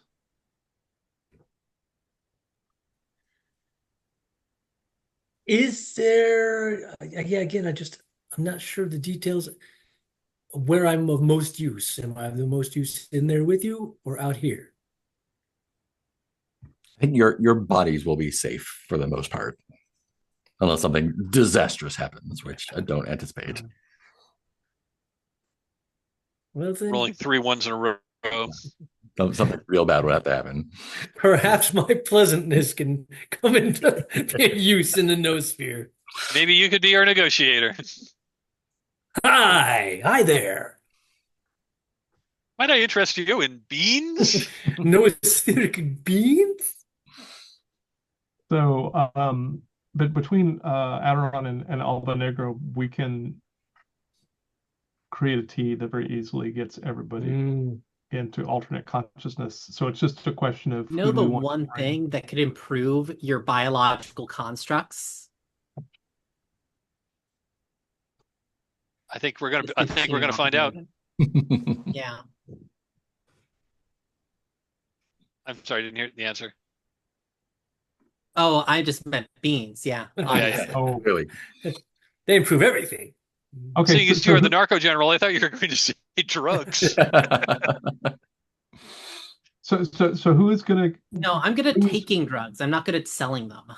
Fair enough. Who is going to participate? Phaedron's in. I'm in. I will join. Fantastic. Are you going to bring the Moon Mountain Witch in, Modem? That's, I mean, I know we're friends. Do you want to go? Would you like? I think she's down. If everyone else is down. Sure. Come, friend. Autocar? Mm. No, not feeling it. I will keep watch. I don't think Fair. I'm suited to dreaming. So if I have this correct Wait, at the but moment, Although You winter do is dream, coming up, correct? he will. Yeah, I think hibernation is soon though. yeah. Winter is coming. Oh yeah, So didn't he like rent a room and basically hibernate through the winter when we were in Les Sarai last year? Yep. Yeah. Great. Who wants I think we have to? 6. Who wants to? So it sounds like Adoran is kind of masterminding this whole thing, right? I think so. Yeah, I think as far as getting everybody into the noosphere, Adoran probably has the strongest. I've got dice to contribute when things go wrong. Hero dice. Great. I also have hero dice. Plenty of hero dice. As do I. Great. Good. Yeah. So, kind of set the scene for me. Like, what does this, techno ritual look like for everyone? So Adoran and Alba Negra will do a little bit of plotting to Adoran will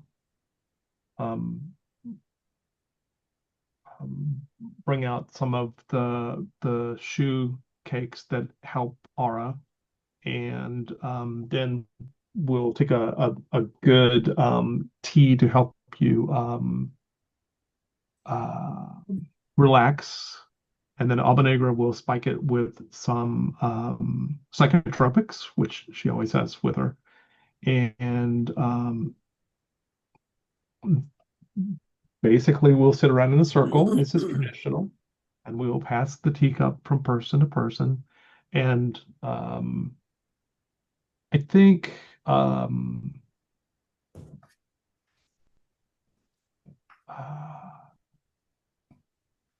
we Adiron will just keep Adiron and Alba Negra will keep refilling the stuff until, and so basically we just pass the teacup around until it's clear that everybody has entered the noosphere, which I guess for most of us we have experience with it Mhm. at this point.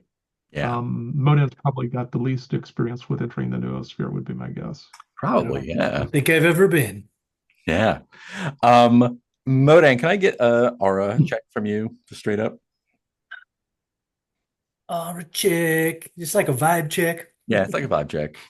Just to. Oh, that's not good. Hmm. It's a Yeah. 4.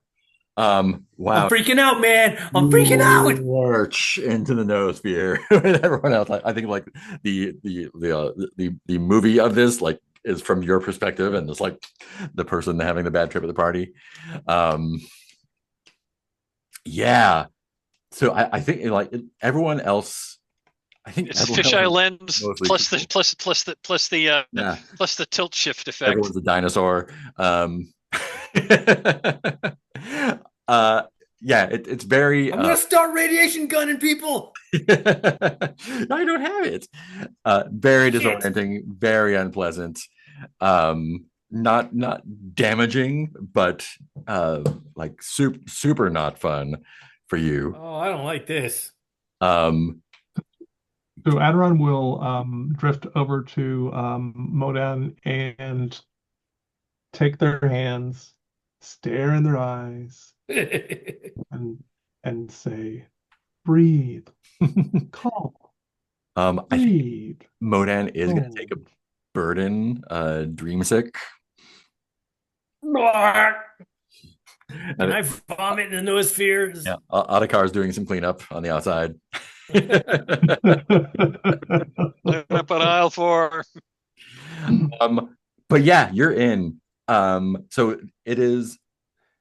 This is a combination of the, you know, technological infrastructure of the building that is kind of like almost a tether on Phaedrad's side, but definitely like opened up into the dream world here. Um, let me get. I want to see a check from Adiron. Again, a vibe check. I think with your pluses from your teacup and your aura. Okay, right. I don't have a plus from Aurora. Can I use Holy Diver on this too? Yeah, I think so. Holy Diver Okay, or so give teacup. me a I think plus. those are you can use Or one teacup, one same thing either bonus. way. Okay, gotcha. But Holy Diver has some specific effect, right? Oh, that ain't good. That is not good, and I'm trying to decide what I'm going to do with it. Could be a Um, conversation. Not a good start to our trip. right. Oh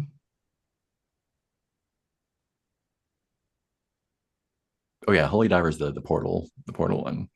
Yeah, yeah. Hmm. So let me ask you a question, Kat. If I let this sit, Mm-hmm. What's the is it going to consequence? be interesting or is it going to just completely derail us? It is going to be interesting. I think what is a Or one? is it or is this like rolling a miss in like the between? You say what's going to happen, and then we get the opportunity to like Yeah, I avert. so I think so the autofac, and I think this is something that you understand going in. The autofac isn't a essentially noospheric entity. Right. You are able to approach the technological side of it through the noosphere, Yeah. but it does not operate on that level, really. I think the consequences of a one are going to be that it is acutely aware of what's going on. It doesn't really have any noospheric defenses or attacks. Um, I think it would. I don't think it can harm you from here, but it is definitely going to But be it could conceivably, aware and ready. Yeah. it's probably going to start churning out like more defenses so that when it is time to go down there, Um, Okay. again, it's going to be hard. from that 18 before, I mean, and going into the noosphere. So, hmm. So do you want to let that stand or not? I guess is the question before I say more. I'm gonna let it stand. I'm gonna let it stand, and we'll just see how this plays out. Yeah. Um, cool. So the you are kind of traveling along the it's almost like a grid framework that you're kind of traveling along, like kind of like part of Modin's disorientation is like you almost feel like you're kind of like spidering along this lattice, and I think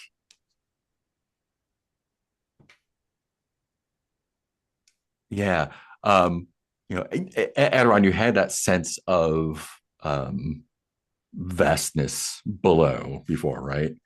And so you're kind of descending into that. Um, and it's not a darkness, like it's not a, or, it's not necessarily malicious. Um, Yeah.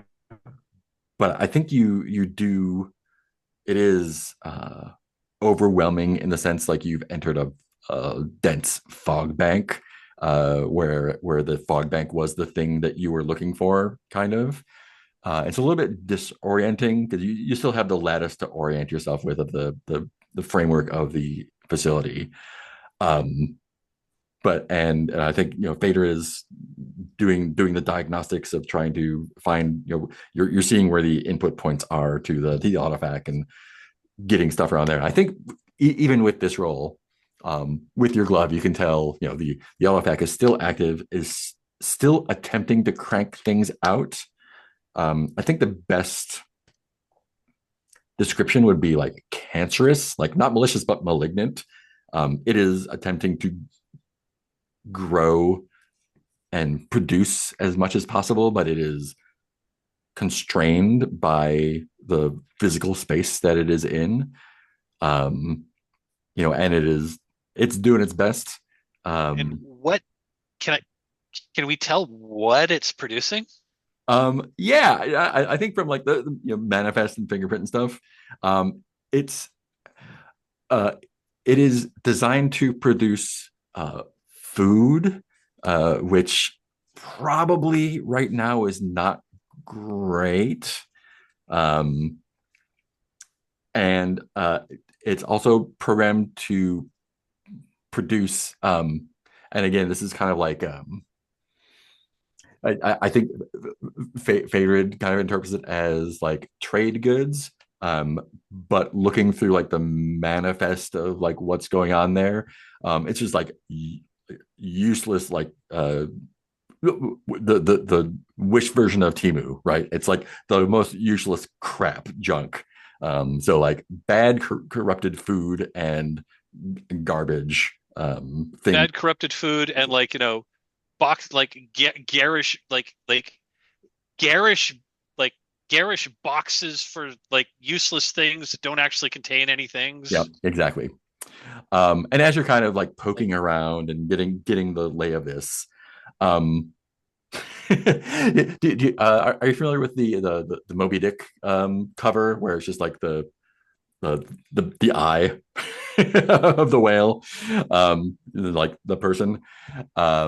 That's kind of what happens. Aderon is kind of like guiding people looking around, and you turn and there's just like this eye that has opened up and rotates down to kind of regard you. And you almost feel this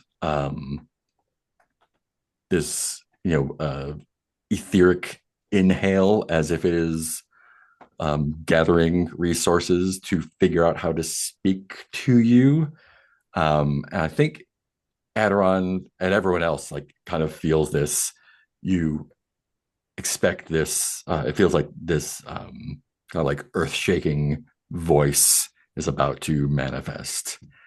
And it speaks, in the like clear, crisp voice of a you can almost picture like a 40-ish British male, just like a crisp, like, I have detected that there is an anomalous presence in the system. Please identify.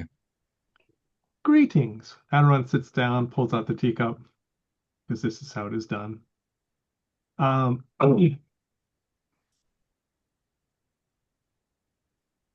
We are emissaries from another space, and we have come to ask questions about your product.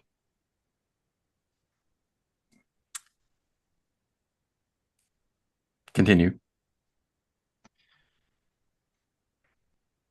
Where we are from, the products that you are currently producing are not of high value. However, incorrect? Incorrect. Have you done market research recently? I have been fed the latest metrics, and our products are of the highest quality. But the market has shifted, so it is not a question of quality, it is a question of appropriateness. Incorrect. Might I ask when the last time might I ask the date stamp of the most recent of the most recent market report that you have received? And it gives you a date like 10,000 years in the future. 10,000 years in the future? Yeah. Okay.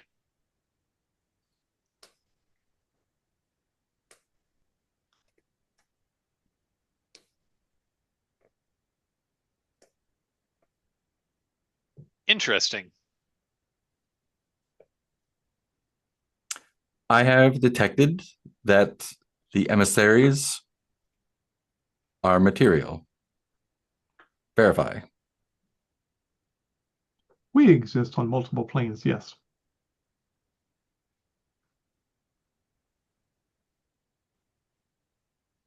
We have entered the noosphere in an attempt to communicate with you. You are not in the intake location. Define intake location. Intake to be processed.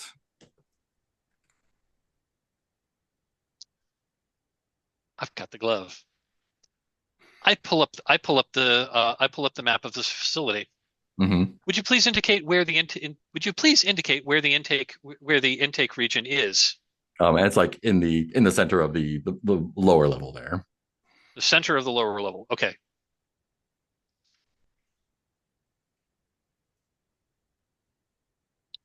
So like not where we are, or Yeah, not where you are, but where you imagine the autofac is. actually is. Okay.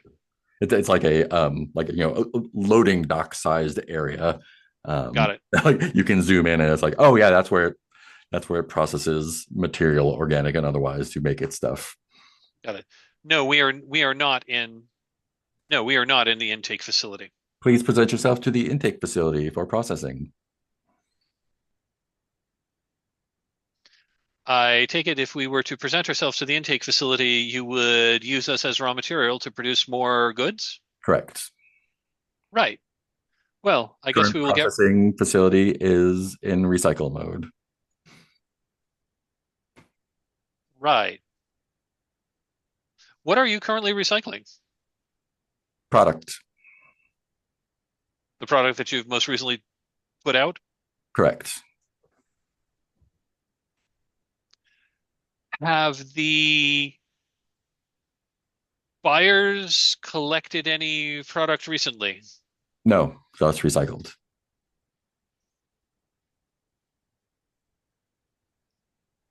Um, So you are producing and then recycling what you produce. Correct.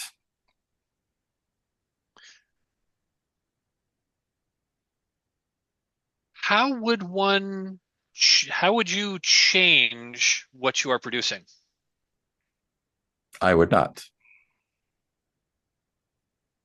I can increase capacity once space is available. But there is no way for there's no way for the controllers of this facility to change what you are producing. I only produce things. You only produce things. Do you have an administrative contact that we could interact with? Um, I want to speak to your manager. yeah, I think it does give you like a series of contacts. That's All like of whom have been dead for millennia. chart. And I think it's like names of various and they're not like they're like list of names and departments and since you've got the glove and you've got the all the stuff, you can kind of dive into them. And I think it's a list. Aderon gets the lists sent over. Phaedra probably analyzes it, and I think it's presenting it as like these are my industrial operators, but the names, titles, and bios is pretty clear that they are the scientific and support staff that used to be at this facility. And like the primary contact is like head researcher name. Phaedra, I think we should go and speak to one of the administrative contacts. Let us exit, and we shall return in the future. I think that is an excellent idea. Autofac, it has been a pleasure. It has been a pleasure communicating with you. Have a pleasant day. Do not exit. Why do not exit? You are organic? In some locations. And in others? Well, like in this location where we have entered the noosphere, and you are talking to our consciousnesses. Also, I am only partially organic. There is that. Aderon, you feel a tingle as it feels like it's kind of scanning you for non-organic parts. Yep. And I think everyone kind of gets a download of everyone's like you get your character sheets basically of like here are your organic parts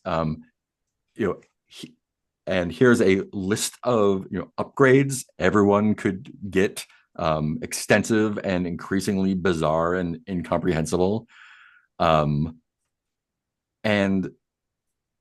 everyone is kind of identified correctly, except for Aderon. It only refers to you as 231B. you have misidentified 231B. Incorrect. No, you're incorrect. Incorrect. That is incorrect. You are organic and flawed. You can be improved. So can you. Incorrect. Revising. Correct with sufficient space. Out of character. I'm just going to say this is starting to feel like the situation where Captain Kirk is about to talk a computer into destroying itself. When it actually revises its assessment when you say that, and it says it gives you like another like data output of the kind of like the entrances of the lower level facility, and it's kind of indicating like if you open this or open this vent or open this door or dig this part out, then I can be improved. For Are you us, aware? Sorry. Are you aware that all your administrators are long since gone? Incorrect. Moden, one moment, please. We should discuss this when we return to our physical selves. Agreed. For us to make an order from you, we need to speak to the administrators about adding additional requests into your manifest. To retrieve orders, please report to the output array. Very well, we shall do so. Correct. And it like highlights a route from like from basically from where you are to like the loading dock where stuff comes out. Yeah. Thank Right you. then. Order Thank you for your cooperation. We will place an order. We will place an order.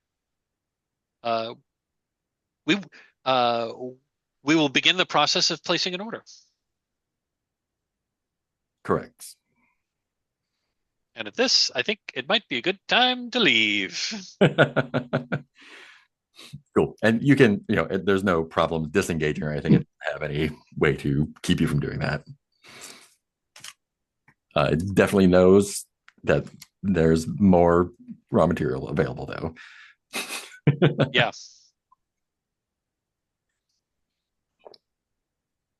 I was hoping we were going to get some information on how to change up what it's making, and I guess the answer is yes, but only from a direct order of someone who's been dead for about, 3,000 years.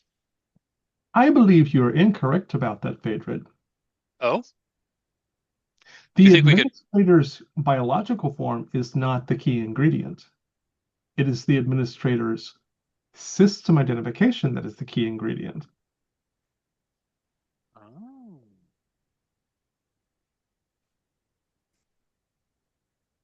Interesting. And I could be wrong, but it seems like with that glove, I'll bet you could probably appear as just about anybody in this system. Thought has crossed my mind. I could attempt to present myself as, and since it so helpfully gave us a list of the personnel, which I assume we've now got, Yeah, yeah. we could, yes, I think we could presumably feign being one of these people. Or perhaps not even feign. Perhaps this is our new role as an administrator of this autofac. Interesting. I guess the next question is, what would we tell it to produce? And secondly, what would we provide it for raw material? What would we provide to it for raw materials? And obviously, it also has a desire, for lack of a better word, to continuously expand and only isn't because it's hemmed in and has no more space to do so. Yeah, Letting letting it out is probably a bad idea. I'm getting what was the name of that? What was the name of that game? I'm getting some Universal Paperclips vibe from this guy. 100%. Yeah. It is Yeah. possible that with a new administrator and with updated manufacturing requirements, some of its odd behavior might abate. I suppose we could attempt to reprogram it.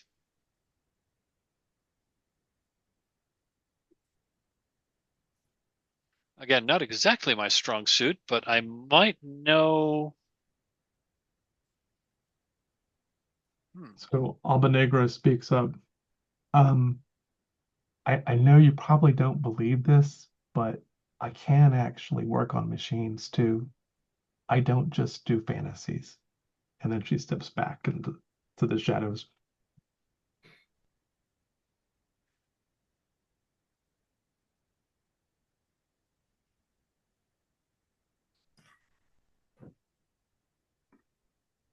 She's just filing her nails back in the shadows.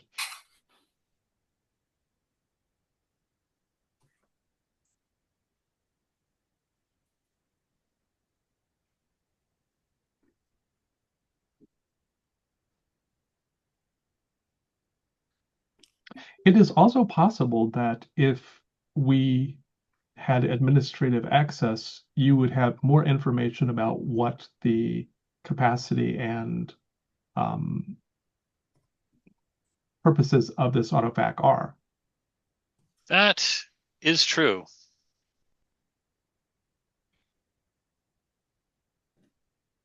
Oh yeah, that guy. Johnny Seven. Yeah, we met that one before. That one was like really badly corrupted. This one is only This one is corrupted worse. this one is corrupted worse than this one. Yeah. It is like that one is malfunctioning and sick. This one is like full on stage 24 cancer. And yeah, since you know Shawnee Fack, I think you realize this one is a little bit bigger.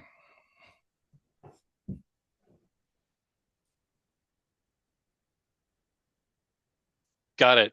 So it sounds like this thing is really sounds like so okay. So it sounds like this one is like really seriously messed up. And it sounds like it would be a serious quest to try to fix it.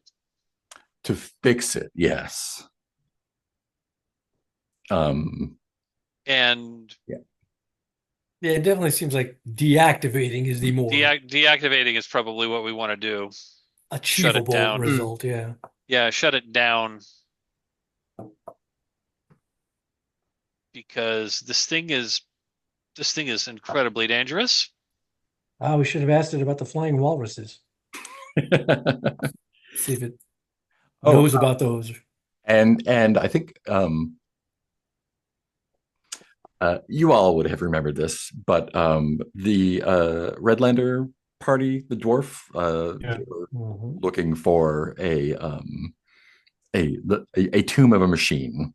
Yeah, no, as soon as back when they first told us this, I was pretty sure they were looking for whatever's in the basement of this Whatever's in the facility. basement here. And I think they estimated whatever, they're like we could sell it for 75 grand. If this was a fully operating autovac, it would be worth much, much more. It'd be worth millions. Millions for sure. Yeah. So I guess But it could be stripped for parts if taken apart somehow. So Yeah, because I mean, I know the first one we met was the same thing. It was like, hey, here's a quest. If you want to get all these parts, repair it. It's going to be your entire That's going to be existence for the rest That's of our the life. Yeah. I was gonna say that would be the campaign would be to like acquire the like search for the rod of seven parts. I mean, search for the repair parts. Yeah. Search for the repair parts to like fix the autofac. Just a string of mini quests. Maybe. I mean, you're making this into a sort of railroad type campaign by saying that. Well, that's what Mark directly told us. But for the other one, yes. I'm for saying the other one, it might be different. Yeah. And This one is honestly like you can tell from being it, like it is probably beyond repair. Like this is a cancer that needs to be addressed somehow. Got it. So this is something that we need to basically just figure out how to shut it down. It's also not going anywhere. Like it doesn't seem like it is going. If it was going to breach containment, it would have a long time ago. It would have by now. It's been here for a very long time. Yeah. And it's probably stuck here for another very long time. It is not an imminent danger, but it is dangerous. It is extremely dangerous. It is dangerous, but it is not an imminent threat. Yeah. I think the big threat would be is if Laszlo's party found it, because they would probably cause it to breach containment. They might give it a shot.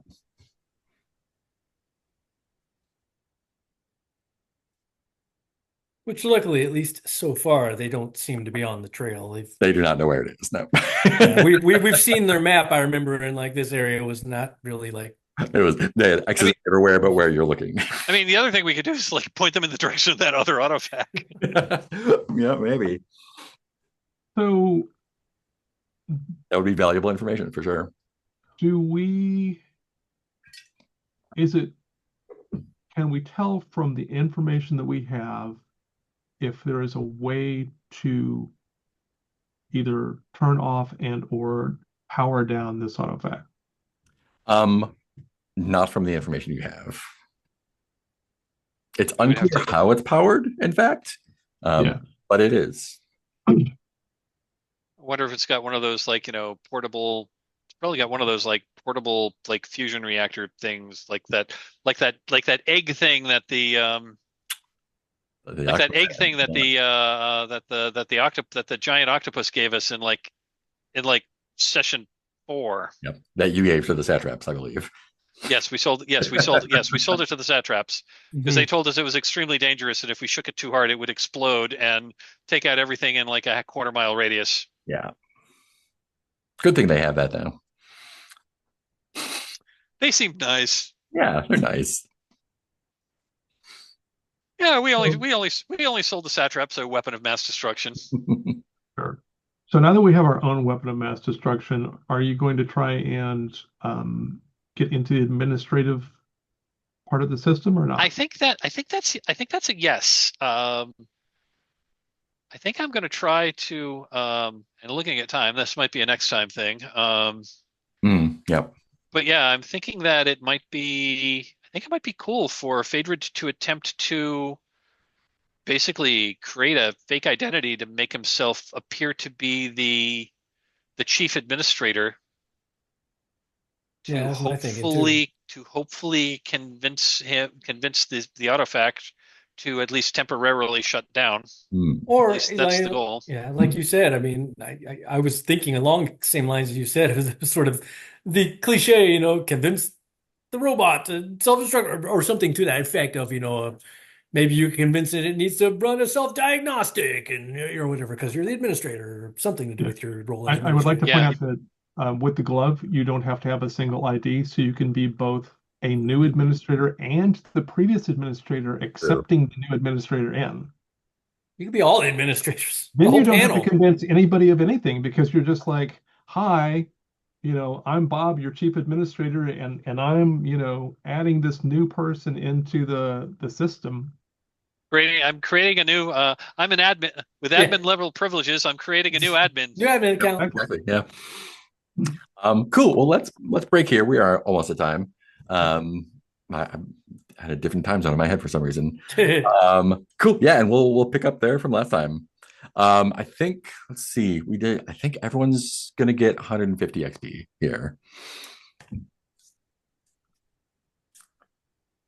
Yeah, good party. Oh, and by the way, I am out next week. Okay, cool. And Steven, is this your last one that you've signed? Yeah, this is my last session. Okay. School's starting back up, so I can't make the 4 o'clock time really Okay. reliably. Cool. You are welcome to jump in anytime you want to, Yeah, though. anytime you want to. Okay. Got a day off? Hop on in. Yeah. Cool. And I think we only have then Teal and Mike next time. Okay. So we'll figure it out. Cool. Let's do some stars and wishes then, and let's start with Steven. At least. Yeah. Oh, there we go. Yeah.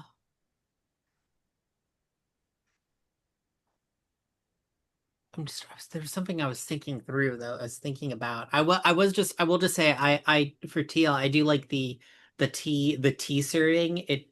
I was playing Caves of Cud a while back, and Mhm. it makes me think a lot about the water ritual Yeah. that you can do on any of the NPCs. That was fun.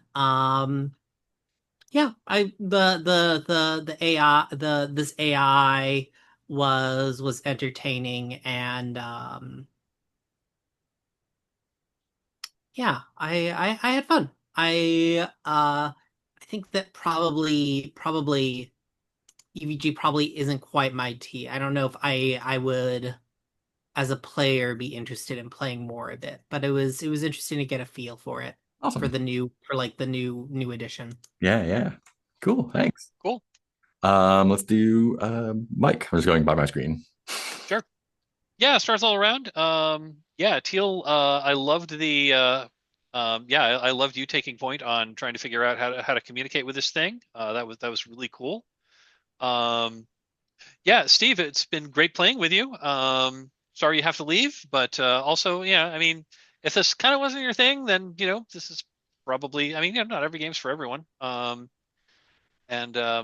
we were kind of in an odd, like some of the sessions that you're with us, we were kind of doing some like some oddball things, but yeah, but I think you did I think you got a taste of it. Yeah. Yeah, the whole like moon witch, that was kind of cool bringing her in. I guess we'd never actually played her, but that was kind of cool to like try to bring our NPCs in. And I just thought we had some good. I just think we had some pretty good teamwork there, and in our like once we actually figured out how to talk to the autofac, thought that was kind of cool. And Mark, as usual, your portrayal of the NPCs were great, and yeah, that autofac is kind of chilling. Definitely got Hell 9000 vibes out of him. Yeah. Maybe. Yeah. I think I would like to go a little bit more Shodan, but yeah, that's about it. Any wishes? Just I guess my big wish for next week is I'd like to figure out how to. I guess I'd like to figure out how to shut this down. Try to do so, and then once it's been deactivated, see if we can go in and raid it for parts, and maybe eventually hand wave a bunch of the winter, and then like resume our journey to the west. Yeah. Awesome. Thank you. That's what I got. Heath. Yeah, it was fun as always. It's been great having Steven around. Excuse me, I got a dog on my lap being crazy. Hey, come on, dog. Oh, yeah. So it's a fun group because I felt tired tonight, but it's fun. I feel like I feel like everybody's got good ideas, so that's always fun. In that, like, when I have an idea, I feel absolutely free to like pipe up and throw it in. But if somehow if I'm kind of like I'm not really sure, it's fine because like everybody else is gonna have cool possible choices of things to. I was like, oh yeah, let's do that. That's a great idea. Let's do that.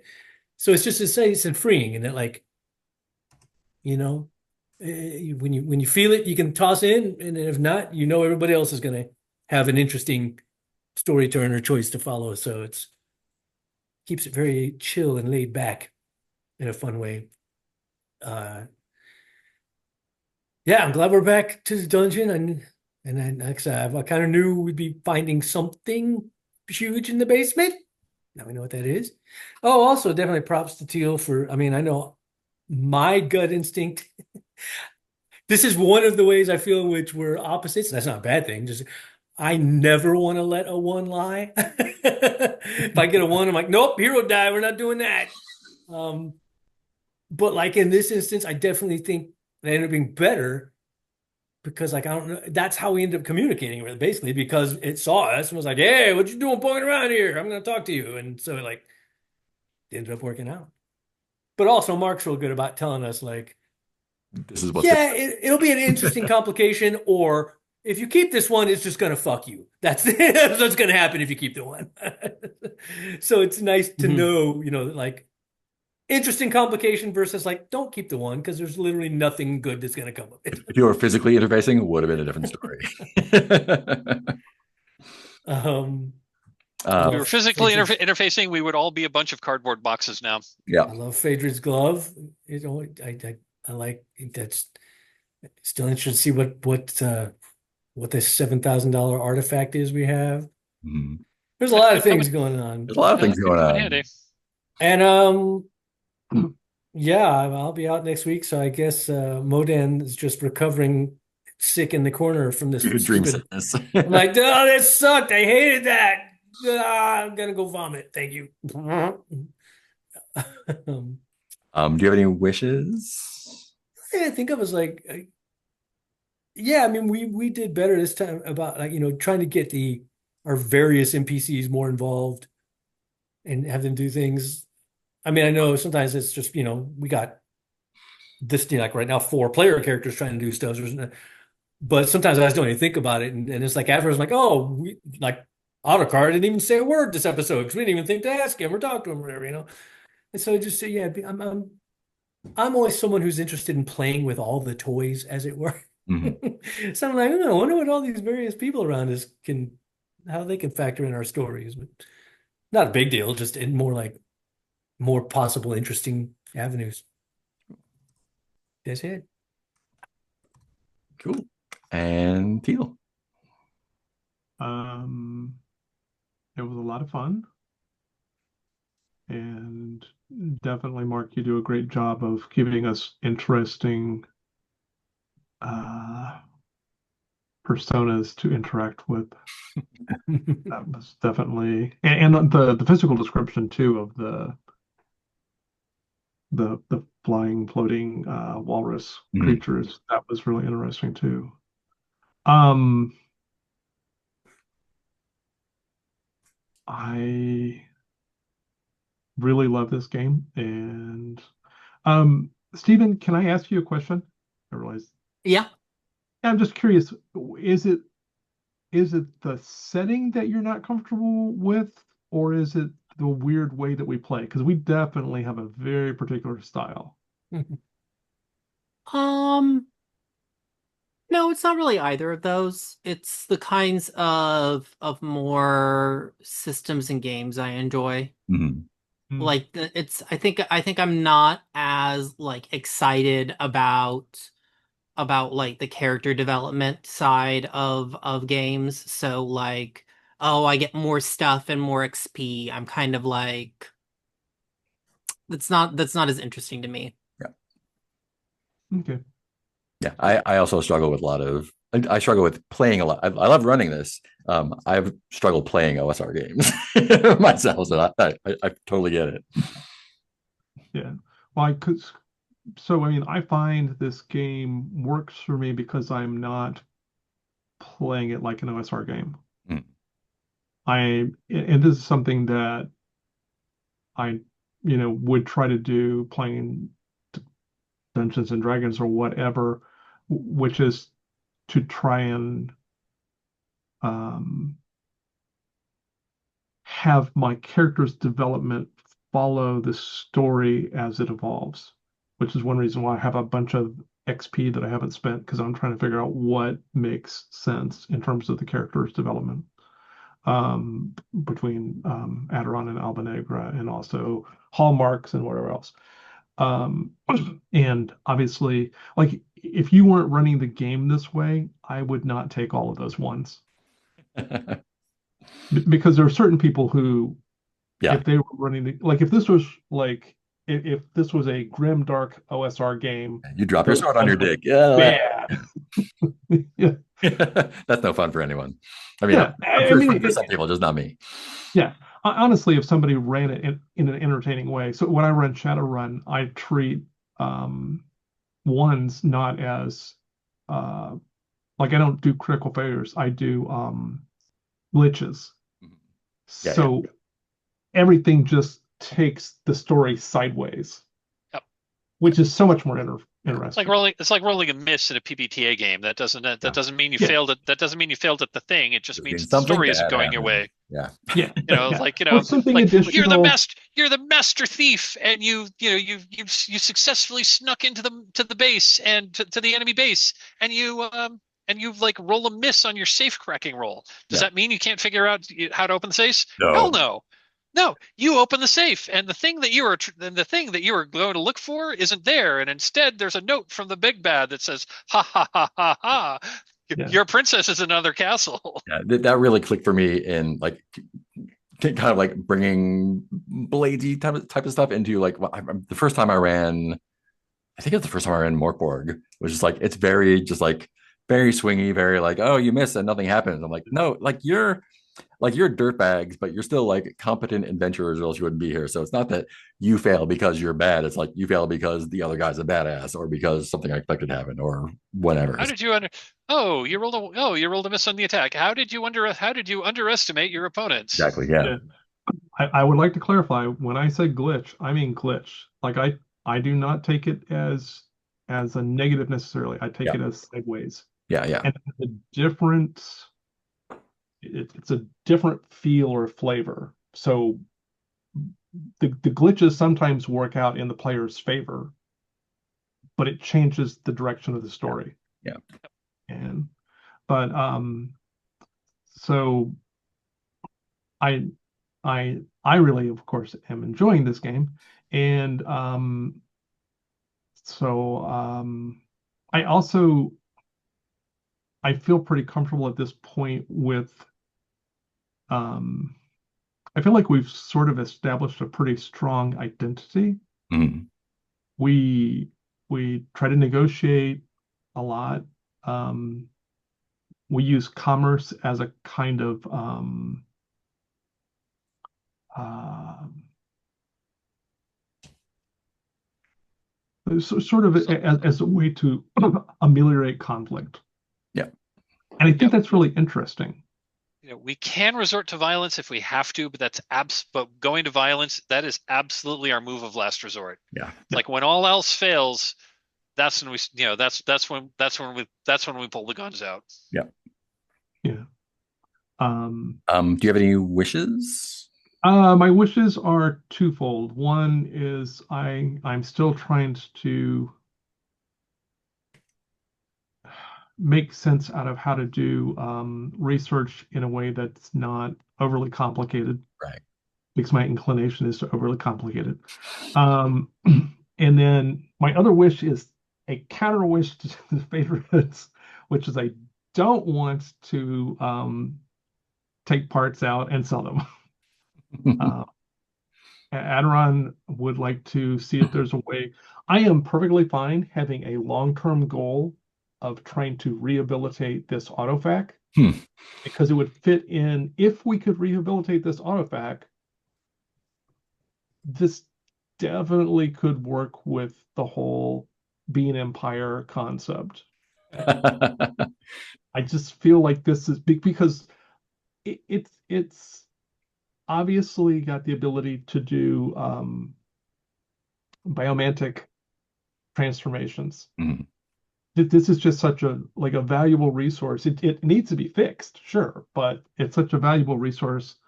I'd rather not just disassemble it and turn it into random bits of old tech. Cool. Yeah, I'm having a great time running this. I've known this autopack was down here for a while, and I'm glad that y'all ran into it finally. But yeah, it was a fun journey along the way, and they're like, oh, now I got to figure out what this is instead. Yeah, I'm curious to see what happens. This is it is not as strong a force as like the Rebuilder is, but it is significantly above your power level. So I'm very curious to see how it is approached. And I'm eager to find out what happens one way or the other. Cool. Anything else before we shut down? Well, experience would be one thing. Yeah, we did 150. I We did did that. experience. That's right. Sorry, I brain. remember it this time. Would In you? I was gonna say, would you like? I mean, I'm familiar with running multiple characters, obviously, and would you like? I mean, I don't know if you want Heath and I to put more character in the characters that we've got besides the ones that we're already doing. That's fine. Yeah, what's going on is going on. Okay. Yeah, cool. Well, with that, we'll say goodbye to whoever's watching. See you next time.